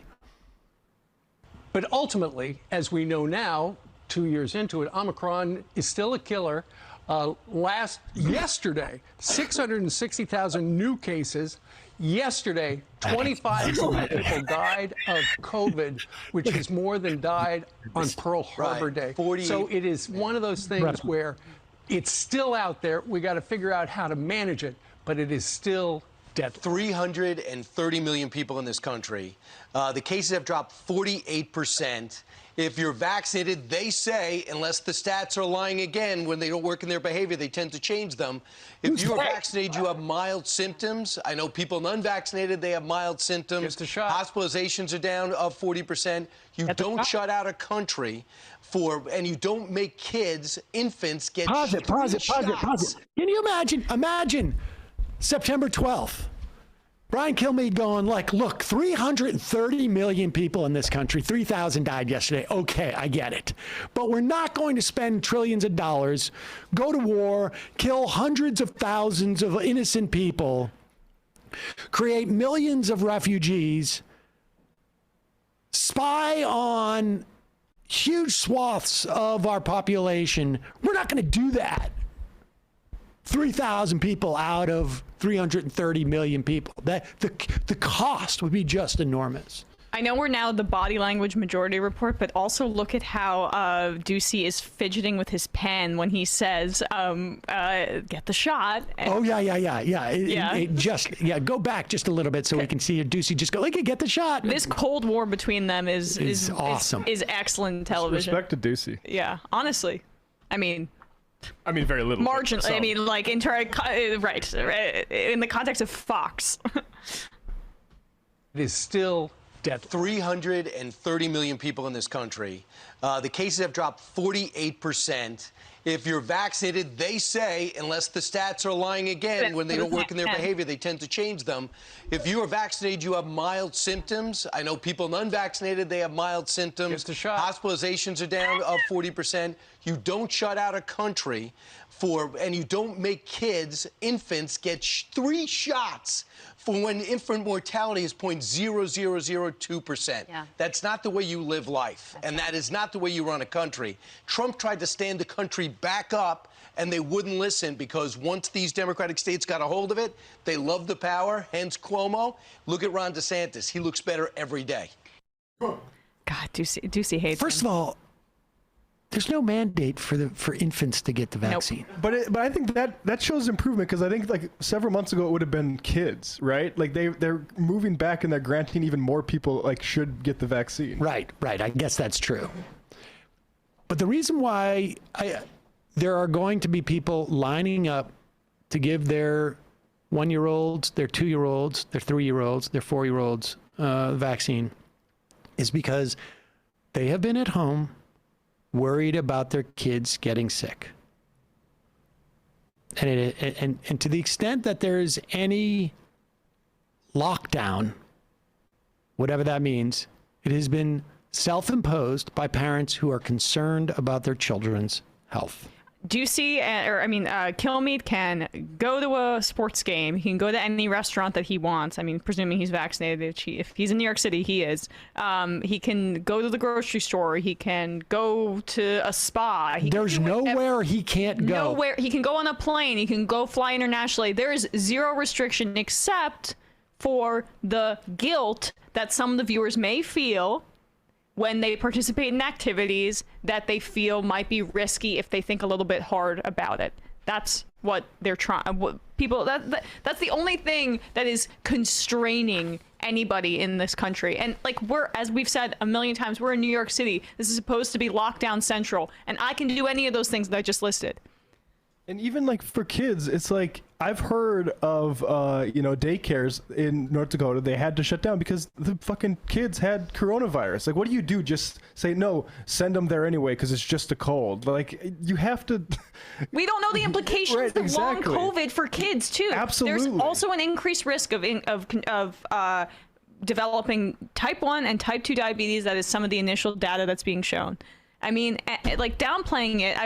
I don't know how old Kilmeade's kids are, but I would guess if he has any kids that maybe they're long grown or whatever, but I don't know. They're rich enough and they can skirt these things. 65,000 deaths in Florida. 65 bragging about DeSantis.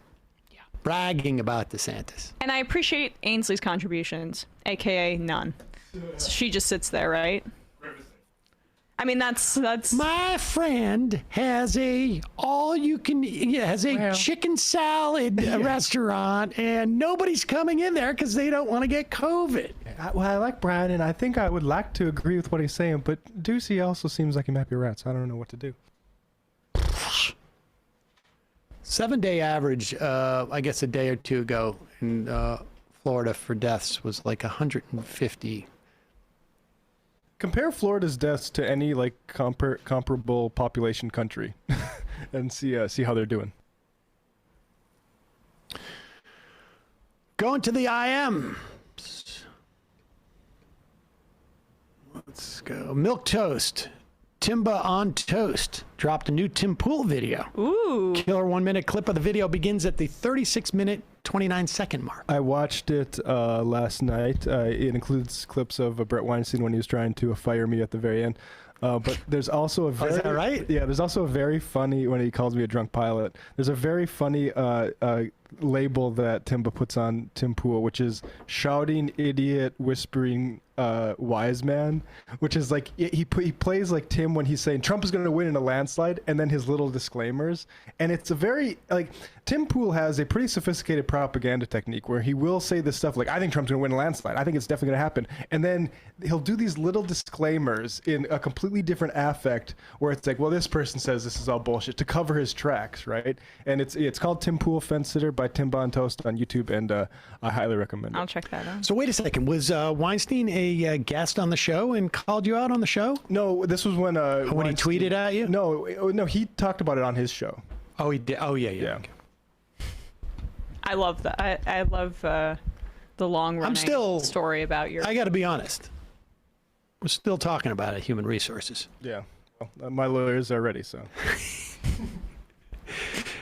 That's one of the reasons why it's taken so long. Yep. We want to make sure that we have a really locked up legal case. Slow motion cancellation. Much like Barry Weiss.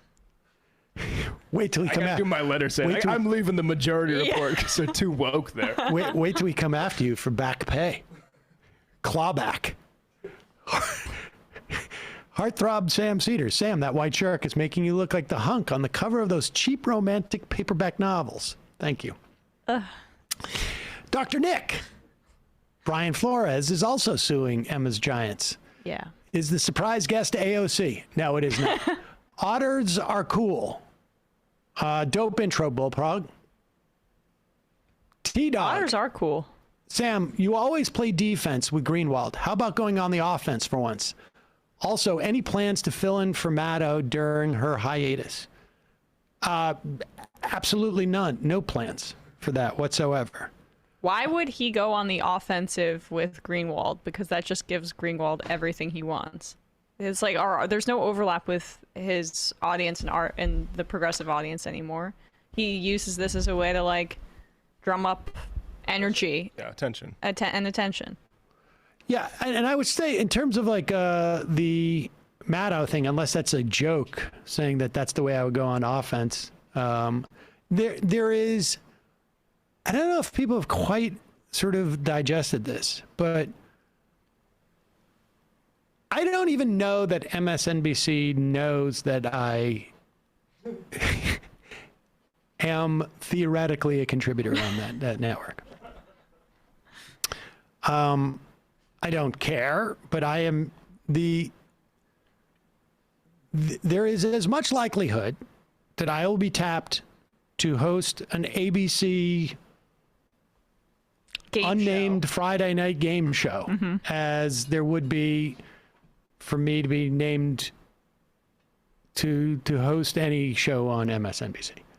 I mean, I don't know how to articulate that in any other way. There may even be a better shot at me hosting an ABC game show. Just not to say that there's any chance whatsoever, but who knows?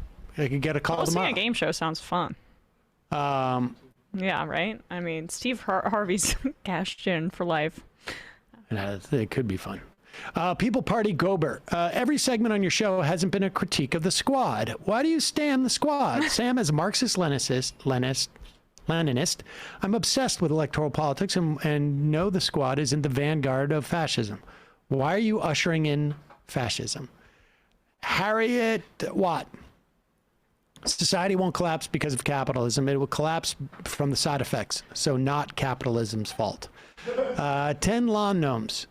He died of heart failure. The bullet wound in his chest had nothing to do with it. Anyone else weirded out by how good Sam's impression of Alex Jones is? It's my best. No, impression. your best is Jordan Peterson, I think, maybe. Seriously? I like that one. It takes me a while to get into that one. The Alex Jones, I can just go from 0 to 60. Yeah. Cucky Canuck. Not sure how close you guys are following the situation in Ottawa, but the people stuck living in the area are dealing with all kinds of fallout from the convoy. Unable to work, have things delivered, etc. Ottawa police, they won't do anything because they don't want to incite violence. A level of restraint conveniently only shown to this group. What about like indigenous protesters of pipelines? Do they get the same sort of respect when they're blocking roads and stuff like that? Right, indeed. Anyway, yesterday, lefty and champion of workers Jimmy Dore took a break from his whoopee tweets and retweeted the Ottawa police chief, basically saying it's been a peaceful protest, and use it as a reason to say Justin Trudeau is lying for Big Pharma. Jesus. It's effing insanity. He's a right-wing propagandist. I'm going to get that Canadian super. After I'm done disciplining those Chicago teachers for being so frickin' fear-mongered, we're gonna get up to Chicago and shut out Trudeau and start listening to those truck drivers. I'm going to get that Canadian right-wing trucker. Your dentist. The sheriff said it's just fine. So. I'm sorry.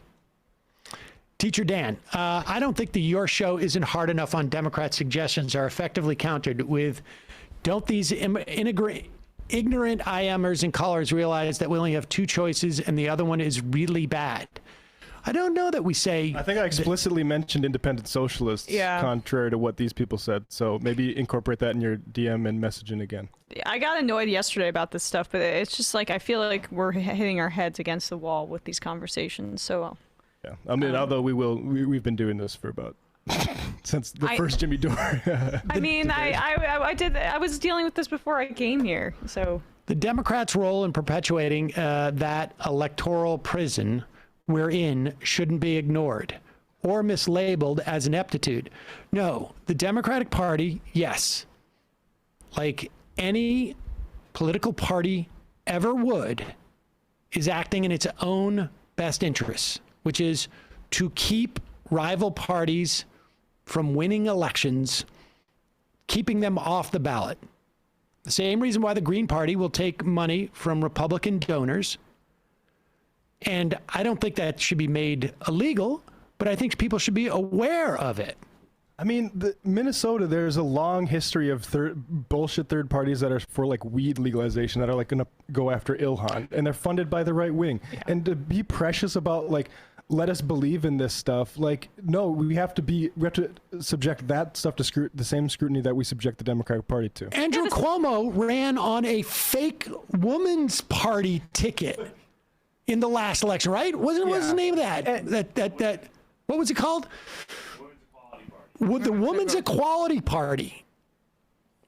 And anybody like that follows like Latin American politics knows that the sort of role of these pseudo farther left parties is a regular thing. Like that's what's going on in Brazil and Cyril Gomes right now. It's happening also with Greenwald's husband too. That's what I was saying. Yeah. Oh yeah. You should take that, quote, Democrats just don't know how to position of yours and debate someone who believes the Democratic establishment does know how to, but chooses otherwise.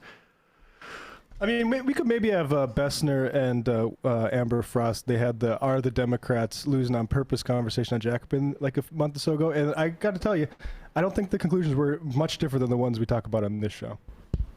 It's like, yeah, there's a class of people who are not incentivized. They're like the blob of consultants and stuff. That's a huge problem to winning.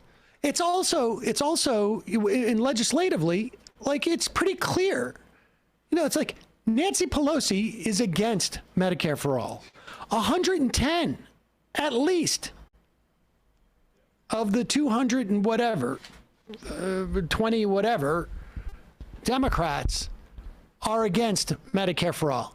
I would guess there's probably more than that. Yes, and they would be able to hide it if there was some sort of vote on it by voting yes on a bill in order to beef up their progressive bona fides, knowing that it wouldn't pass. But the idea that Joe Biden had a secret plan to pretend like he supported his Build Back Better bill. And, like, I don't know who you think he's fooling. Who cares about the Better Back Better bill? I mean, like, but even if you believe that they choose to pretend that they are supportive of their own bills, but are secretly not, with the purpose of fooling people, then I would say to you, they're also bad at that, because they haven't even done what you, if they're doing what you accuse them of doing, they're doing that bad too. Mm-hmm. And then I could debate somebody who says, well, actually, no, they're not just poorly fooling people, they're purposely poorly fooling people, because they don't actually want to fool people, because they want people to think that they're trying to fool them, but see through it so that they get that much more discouraged. And then they'll I am Sam and keep him from talking about something that's real. I would, like, let's see what the, instead of just, let's do more critique at the Democrats, which is aimed at equating them basically entirely with the Republicans and say there's no point of voting, which is, I think, what underlies a lot of this. How about, what's a independent socialist running in your locale that we can talk about that is actually going to try to break us out of this prison that the Democrats have us in? Like, I agree, the two-party politics thing is not great, but, like, the idea that all we need to do is, like, think more positively about the People's Party. It's fantasy. Rory Gatto, there's been a wave of book bannings by right-wing school boards, actual government censorship. Yeah. The latest was a Judy Blume book? I was talking about this, or before the show, I guess. Yeah, Judy Blume's trending now because it seems an NBC reporter is saying that these Texas libraries are taking out a few books, including Judy Blume, because it has a talk about a period in it. Yeah. Which is disgusting. Disgusting. No one wants to think about that. Has Mr. Don't Burn This book, Dave Rubin, said anything about this? I would. Has Barry Weiss talked about the mouse banning of the graphic novel by the Tennessee School Board? None of those folks will. I'm interested because I heard from her camp, and the IDW people, that critical race theory is a big issue. Charlie gives a Disney tip. Like it. Right. Be at park soon as it opens. If you stay on property, one may open early or late for guests. Check schedules and app. Then head back to hotel after lunch for a swim and nap before going back to the park for closing and fireworks. Pace yourself and rotate shoes to alleviate tired feet. Tane. Love the story yesterday about the pre-show music, but wouldn't it be fun to have a fan contest to replace it so I don't slowly lose my mind listening to that maddening diddle show loop? Yeah. Why does somebody like that? What? I think it's good. Regarding the shofar, have you noticed that you have better episodes when you play it at least once? Rule seems to be shofar, show good. Gosh. Kostupu, access for rent for landlords beyond demonic. Bing Bong, come to Portland, Oregon, do a live show. Maybe someday. Out-of-state Maina. Sam, it's out-of-state Maina in a Maine accent. I'm a self-employed contractor. I've missed 5 weeks of work in the last few months due to clients having COVID or being sick enough for me to stay away. I can't file unemployment every other week. I just take a big financial hit. My savings have taken a big hit. Time for some help. I mean, this is the problem. It's not a lockdown, right? And the COVID denialists would have you believe that that is all just irrational behavior on your part or their part. And conveniently, no support necessary. Yeah, I mean, it's horrible. I don't know what to say. Sorry. Grimes, I'm the musical guest. I'll be singing songs about Tesla cars and SpaceX. A Square, I got my tickets to the Bell House show. Sweet. Love the new intro for the fun half, but would have added Mike's laugh. Yeah, we were talking about that. Nomiki City Town in PR with a B is Bayamon, in case we're adding venues. Tell you what, I'm over the a-holes who keep denying COVID and its socioeconomic and health impacts. Late-stage capitalists with their people over profits. We need to get back to work. And if they die, bring next body. Death is boring. Imagine Paul Ryan making the brown bag lunch argument about paying rent. Kids don't want housing unless their parents pay for it themselves. Shows that they're loved when they know that they are on the verge of being homeless if anything should happen to their working class parents. That's a great I am. Chardonnay tickets, boom, got my tickets. See you all at the Bell House. Boom. Joe's Kansas City. Emma, screw that kid was a bad take. Read Jackson Mahomes. No, it's not. I'm not defending him for everything, but he gets a lot of unwarranted hate. I'm surprised you haven't seen that, much of it being bigoted. No other QB has their family unfairly scrutinized like Patrick does. I'm sorry. I mean, people make fun of his wife too, right? Like, not everyone is spraying champagne on other people's fans, dancing on Sean Taylor's number for TikTok, being obnoxious about the money that they have from their brother. So I'm sorry. I understand the critique, but no, screw that kid. Fierce Deity, come on, San. You got to announce the Brattleboro show for me. There's no other way I could get my conservative Vermont native grandfather to see the Majority Report. To paraphrase an old lefty from way back, it's so good to see somebody with an identity being appointed to the Supreme Court. I think Ketanji Brown Jackson has a lot of raw jurist talent, but she really needs to develop her curveball if she wants to compete in the jurisprudence major leagues. Got to improve her motion mechanics. Clown Shoe Mike. Emma, have you seen the Anna K? Just kidding. Kidding. Don't hurt me. Critical waste theory. Shivering under the Midwestern ice and wondering what firearm I should buy since my state will probably make gun ownership mandatory soon. I feel like that's just, we're not far from that.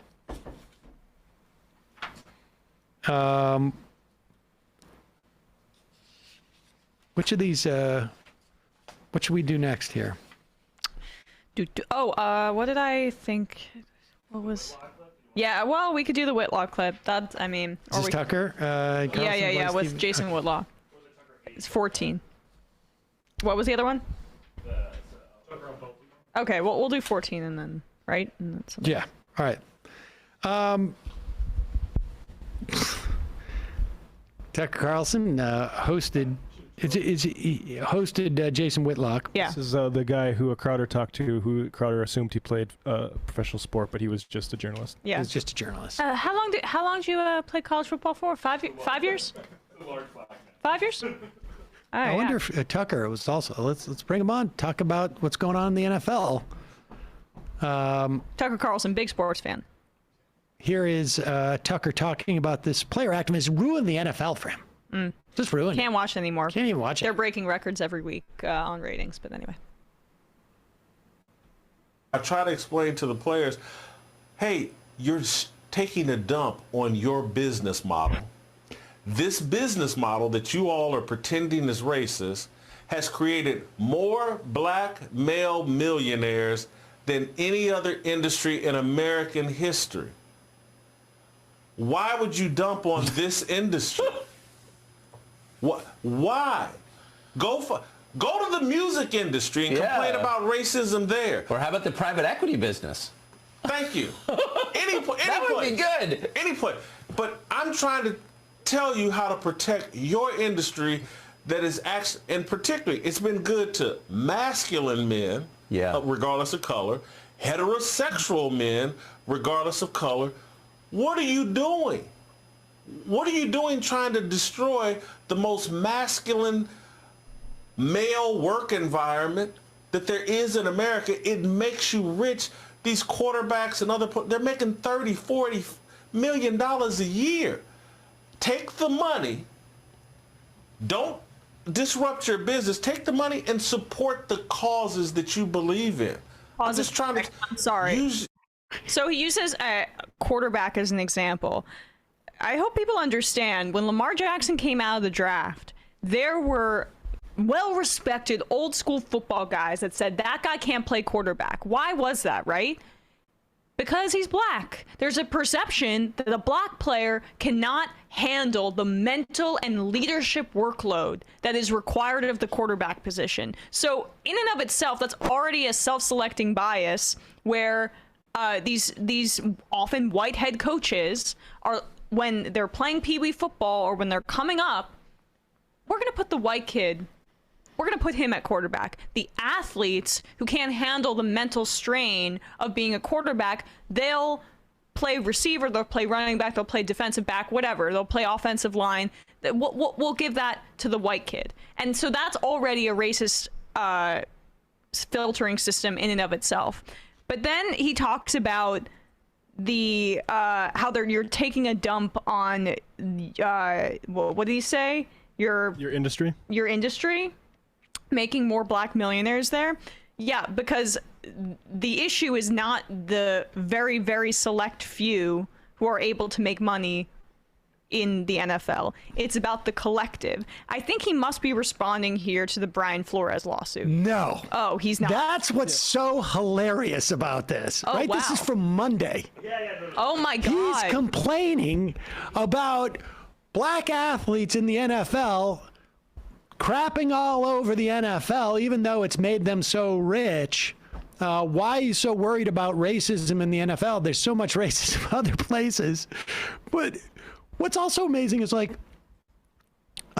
dude, you don't think it's a problem that you have to rely on football to make pay black people? Well, so what's the cost of those number of black millionaires? There's stats that say 78% of NFL players go bankrupt within severe financial stress just within 2 years of retirement, and people just don't understand what it means to be earning that much money for that short of time with professional athletes. You have a earning window of 5 to 10 years if you're lucky. The average length of an NFL career is 3 years. Exactly. And so you that millions has got to last you for the rest of your life. And you got to deal with the head trauma. Exactly. Yeah. That you have. And and the other parts of trauma for your body. And they're not just making money for themselves. So he focuses on the individual, of course, because that's what conservatives do.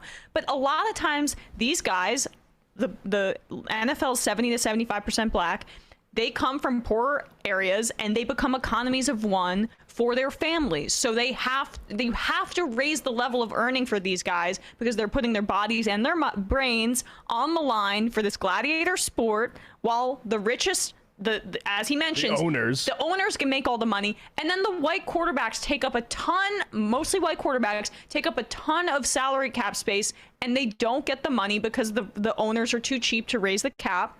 They hoard the wealth and they don't want to spread it to the players at the bottom of the roster. And then just to bring it back to what's happening with this Brian Flores situation, there's only, in a league that's 70 to 75% black, there's only one current active black head coach in the league. And that's Mike Tomlin. And he's been there for 15 years. I mean, is that unbelievable? So this guy goes on Tucker's daytime show and says, there's no problem. In the leadership positions in the league, there's 100% a problem. 100% a problem. Also, just imagine what the segment would be about if black athletes and black football players went and protested racism on Wall Street. Right. Like they're suggesting. I mean, the idea. Does the black trader have the platform that, Odell Beckham Jr. has? Ridiculous. The idea that they would actually spend one moment of taking seriously a black football player protesting racism in any other sphere than football. They don't even do it within the context of football. No. But outside of sports, even within sports. All they want him to do is to join in the stuff about China. I mean, Colin Kaepernick was protesting the racism in this country. And they spent years maligning the guy. They blackballed the guy, yeah. And they're about to blackball Brian Flores, right? He's done in the NFL. So I mean, I hope he wins millions and millions of dollars, Brian Flores. And I hope that they have a new standard. Well, I mean, I could talk about this forever, but you have these owners that parachute in, like Stephen Ross, who doesn't even live in Miami, right? And he fired Brian Flores because Flores refused to tank and allegedly to lose games on purpose. And take 100. Like these guys, if you're a black coach in the NFL, explain the losing thing, because I don't think people understand that. What do you mean? They did a better draft pick. They wanted him to lose. They want him to lose, and this is what happened to get get the number 1 overall pick, to get Joe Burrow, who's now in the Super Bowl. So the owner, Stephen Ross, offered Brian Flores $100,000 a game for every game he lost, so that they would get the first overall pick, which, by the way, is going to set up, if proven, huge legal challenges for the NFL, because sports gambling is now a big thing in many states, and so you can't have guys losing games on purpose. That's not going to be acceptable. I hope he loses his ownership over this. I mean, that's like the Chicago White Sox gambling style scandal, honestly. Like, and it's the racism is what's being reacted to, but that's also another thing that's just insane. Like insane. These owners, like, just to briefly cut in, Emma, just for a second. No, it's okay. There's this tweets from Michael Silver, at Mike Silver, former SI guy. This is from January 10th. There's systemic racism in the NFL, and there are actual racists in some positions of power. I'm done dancing around the ladder. And then yesterday he tweeted, I used to work for the NFL Network. Let me tell you something that is almost certainly true in the wake of this Flores lawsuit. Assholes are puckered so tightly in that office and in the league office that higher-ups will barely be able to function. Watch how timidly they cover this. Yes, and I just another point just too about Flores being asked to purposefully lose games. That's not in his nature. He said no. He didn't do it. He won. He won, even though they were clearly gutting the roster in order to deliberately tank, and he won despite of that, because he's a good coach, first head coach in Dolphins in the past. Since 2003, to have back-to-back winning seasons, because it's a shitty franchise run by an awful owner in Stephen Ross. 3 of the last 31 head coaching hires since 2018 have been black. 3 of the last 31. And one of the last guys who was just hired, David Culley in Houston, in another terrible situation, who made chicken salad out of chicken shit because Deshaun Watson wasn't going to play for them. He was fired after 1 year because they want to hire Josh McCown, who has never coached an NFL game in his life. He's a former quarterback, white guy, because the owner's religious, and so is Josh McCown. They're Christians. Ooh, that's what they want. And so, like, the idea that someone like Jason Whitlock is going to pretend like there isn't a huge problem in the NFL with this, absurd. And absurd. Also, why he has the prominence that he does. Right, and that's why he's on Tucker's show. So, I mean, just a huge story in the NFL, and I hope Brian Flores wins a bunch of money in the lawsuit. So, anyway. So, as you may know, moving on to another topic, Whoopi Goldberg has been suspended from ABC The View. Do we have a clip of that? I don't think we have a clip of it. Maybe we'll do it tomorrow. But she got suspended for making comments about the Holocaust that I think were a little bit ignorant. And I don't care, frankly, about Whoopi Goldberg. I mean, ABC on their program doesn't want their people to sort of say ignorant things about the Holocaust. They want to suspend her for a couple of weeks to make a point of it. That's all well and good. I don't think it matters, frankly, to anything. Nope. But here is Sean Hannity. This is pretty funny. And do I think that Sean Hannity should be suspended from his own show because of this?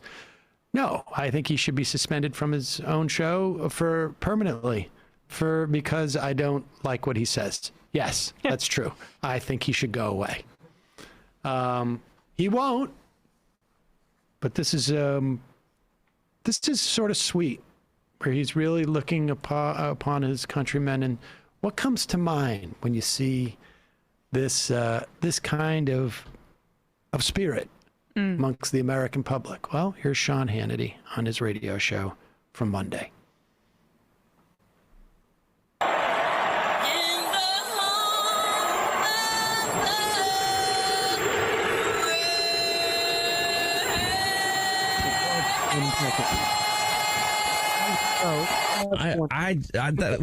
That was not, in fact, Sean Hannity. That was not Sean Hannity. That was Ashanti. Great falsetto. Who was singing? I guess I didn't catch this. The national anthem in front of the AFC Championship game. Chiefs and the Bengals. Bengals ended up winning, but he got really moved by that rendition and the way that the crowd responded, and so much so that he actually played the clip on a show. So he's not covering the game live. I should be clear. So continue, because this is really heartwarming. Yeah. But it was Ashanti, wasn't it? Jason, who sang that, right? Yes, it was Ashanti. So, and they confirmed that she had technical issues. What a beautiful voice she has. And how cool is it when the crowd gets involved? It's, you know what it reminds me of, and I'm not making a comparison to Nazis, but when people just automatically love their country, and I think a lot of this is a backlash to wokeness. And I'm not making any comparisons, but remember the scene in The Sound of Music and the Von Trapp family singers, and they had this plan to escape.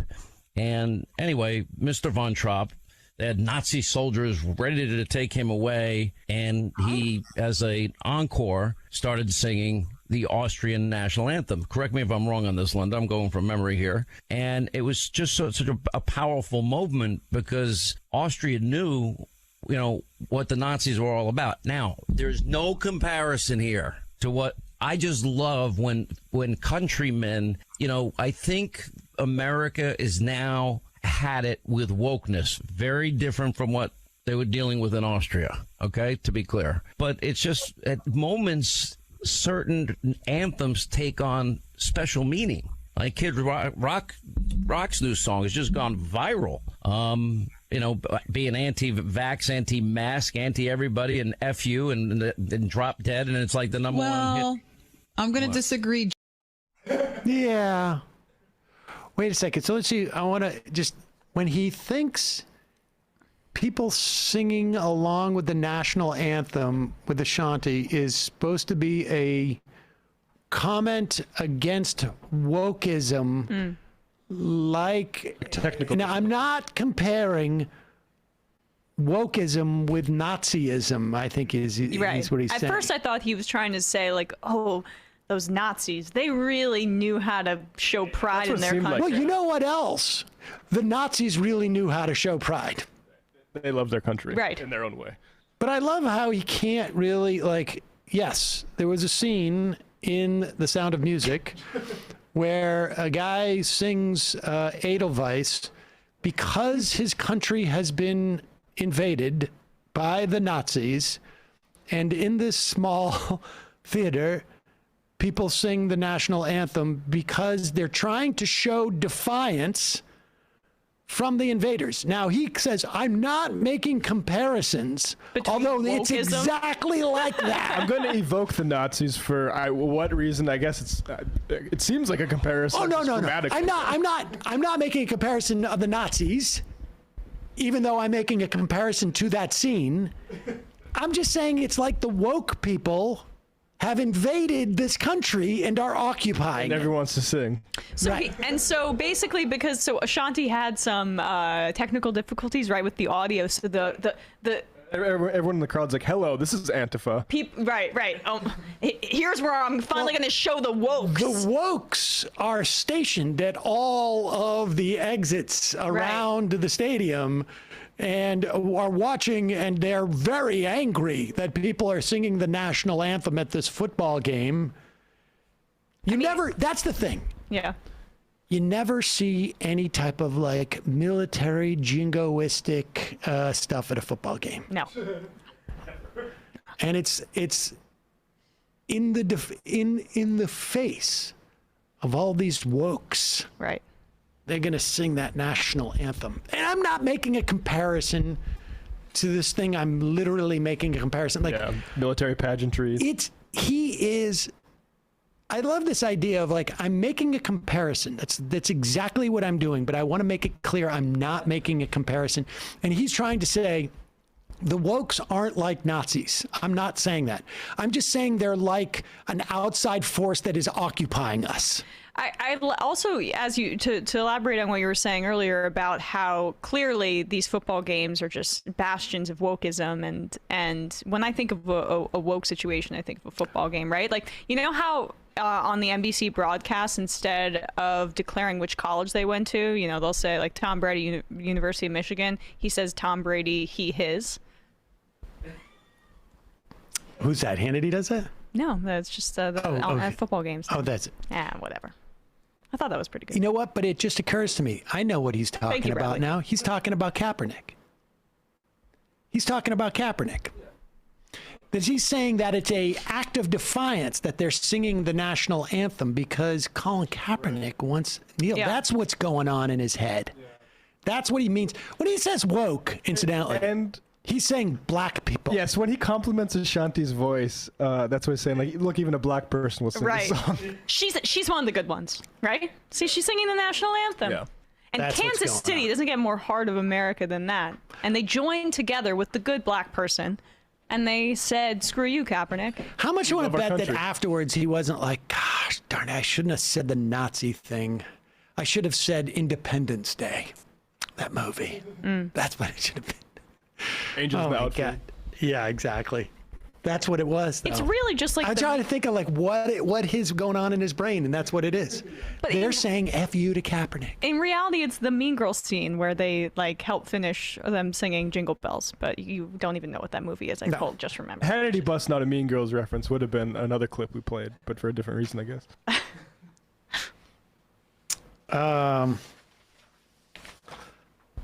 All right, let's do some IMs and we'll get out of here. Island full of noises. Can we get a shofar for Ethan and Hilla Klein from H3H3 who have welcomed their baby Bruce this morning? Oh, congratulations to them.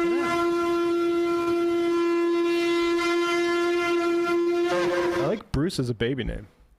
Well, I mean, it's gonna. I mean, it will be an adult name too. Yes, right. But it's like I'm enjoying those kind of like throwback old school names these days. All right, let's move on. He looked at me with confusion. Well, I mean, my name's Sam. Right, but I'm an old school. That's not as old school as Bruce. But Saul's old school. Yeah, Saul was not even old school. It was never school. I mean, it was. You can go back even like at the height of Saul, it was still like not many. It was really just the early 1900s. My point is, I'm just glad people are like moving on beyond like naming their kids Braxton or whatever the hell. I agree. Yeah. Yeah. I mean, no offense to any Braxtons. Sorry. Braxton Berrios. Rob Cully. Hi, Sam. Can I get a shofar for my 40th birthday? Please, in isolation after testing positive for COVID last Friday. All thanks to my triple jabs. All okay. Thanks to my triple jabs. Here you go. Happy birthday. Sorry you're in isolation. Miguel. It's really sad to see Russell Brand defending Rogan, conflating changing information with proving disinformation. He was headed down an interesting path a decade ago, but it seems like he's lost his way down the corporate media bad, podcasters good rabbit hole. Yeah, he's on the IDW train. He's sort of got the Weinstein brainworm, which is interesting because his old partner on the old BBC shows, Matt Morgan, takes coronavirus seriously, and it's a shame. He hangs his case on a Jacobin article also defending Rogan. Have you seen that? I have not. Why do you... That was the Branko Marcetic article, and it's not really defending Rogan except saying like calls for censorship aren't going to lead to a whole like liberation. Yeah, I mean, first off, I don't know what kind of calls for censorship we've heard in terms of Rogan.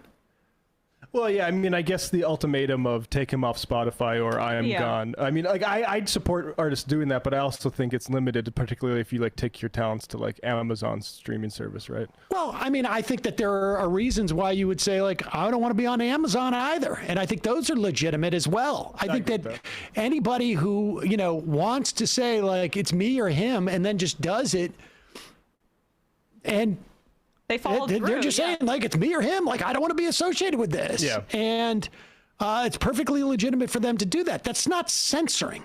Yes, I agree. Yeah. I mean, I think any more than it's like Neil Young has not been censored. I mean, that's just the bottom line. He just says, like, I don't want to be associated with that. I think it becomes a little bit more annoying, I guess, when Joe Biden's like going public saying, I'm leaning on Spotify saying you should do more. Yeah. It's like, Joe Biden, you're I don't the think the president. government should do that. But I think public pressure, I mean. I agree, yeah. Is Glenn Greenwald censoring MSNBC by saying that they shouldn't have John Brennan on? Right. I don't think they should have John Brennan on. I think they should have Bill Kristol on. Am I censoring them? No, I'm just saying, like, they're unreliable narrators. You could just change the war channel criminal, and whatever watch it is. them on another channel, just like you can do that with Neil Young now. You could go listen to him on but Apple. I want them off, Tidal. without a doubt. Editorial changes being conflated with censorship is bad. Yeah, exactly. These are platforms for music and podcasts, and you can just go the other one if you don't want.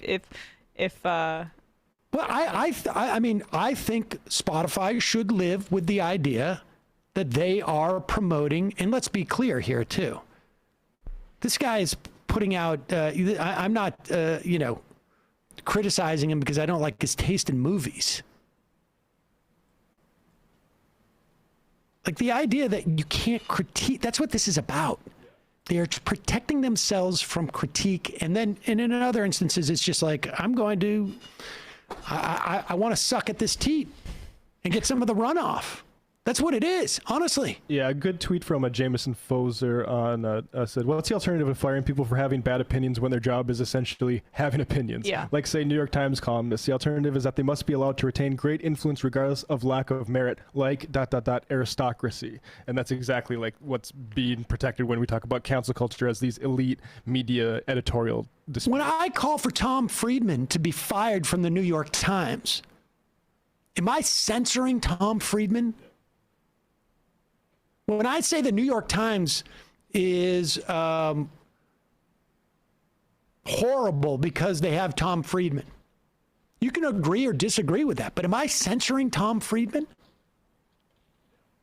Incidentally, both Tom Friedman and Joe Rogan, incredibly, incredibly wealthy. Like Joe Rogan is like some, independent podcaster. I got news for you. Joe Rogan was dripping with money the day he started his podcast. Dripping with money. He hosted Fear Factor. Well, I don't know what the truth. He was on news radio he was getting, I would guess, $600,000-$700,000 annually. He had a development contract with Disney for talent in the 90s. my God. I haven't heard about that because doesn't seem to be a lot of talk about that, but that's on his Wikipedia. I'd be curious. Oh, no. There's no doubt in my mind. I mean, I know. I made that kind of money in sitcoms at that time. I know exactly.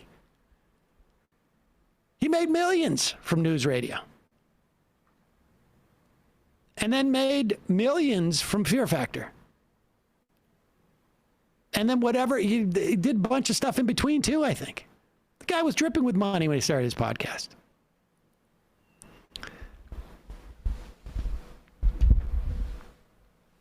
This past Sunday marked the 50-year anniversary of Bloody Sunday in Derry, Northern Ireland, where British paratroopers murdered 14 people, 6 of whom children, all of which were unarmed and not members of any paramilitary group. One was running to the aid of another grievously wounded and was shot while visibly unarmed. 15 others were injured. The feckless Taoiseach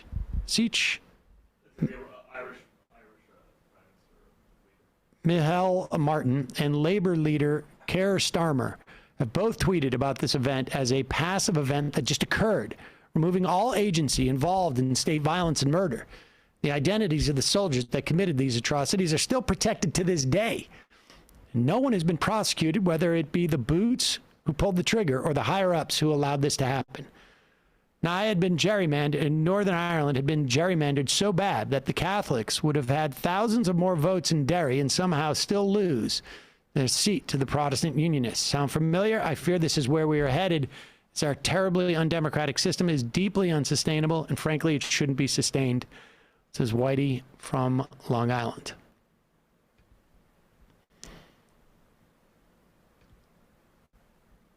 Let's see. Left is deft.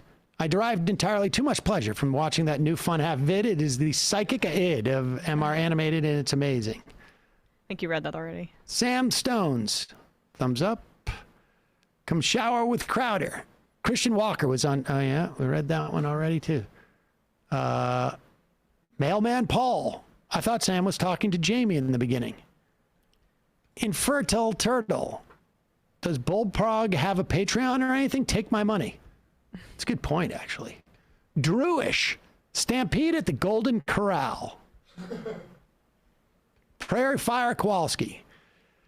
Howdy, MR crew. Emma, Sam, great intro. So it is 10 degrees Fahrenheit with an minus 8 degrees Fahrenheit wind chill. The heater in the truck I'm driving is out, and I think I'm entering the early stages of hypothermia, so this may be my last agricultural report. Oh. Drought pressure is basically being felt from the Mississippi to the Pacific and pushing east. Still plenty of time for moisture before planting season, but a spring drought could impact crop stand and reduce yields. Southwest drought is less severe from 2 months ago, but still bad. It's looking like the Northeast is good on moisture and the Eastern Great Lakes area as well. Southeast is mixed and kind of irrelevant outside of Florida, which is fine. I'd recommend folks look at the drought monitor map. It can really help visualize what's happening week by week. Left is frozen. Shane from Canada. For anyone who wants to contribute, if you go to yintaaccess.com. Oh, wait a sec. For anyone who... Wet'suwet'en 10 land defenders in British Columbia have set up a site to give information updates on what they're doing and how to help. Into Access.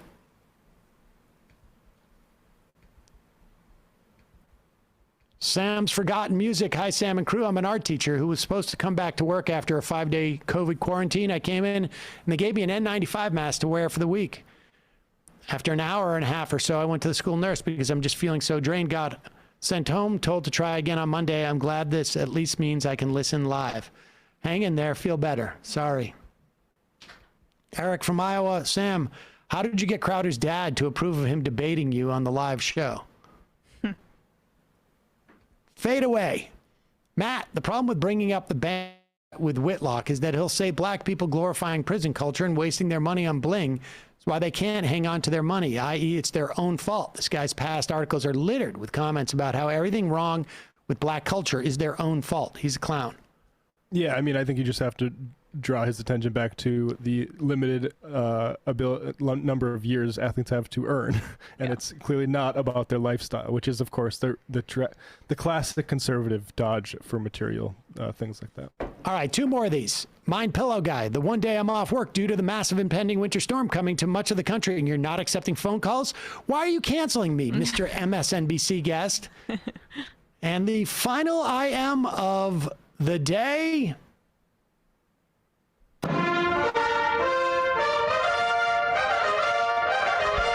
Binder Dad got ticks for the Bell House, bringing Binder Mom too. Oh, great. Good news. So I'm going to be talking to Binder's son very shortly about that show. Oh. Matt, Bradley, Emma, great job today. Emma will be here tomorrow. See you on Friday. It might take all the strength I got to get to where I want, but I know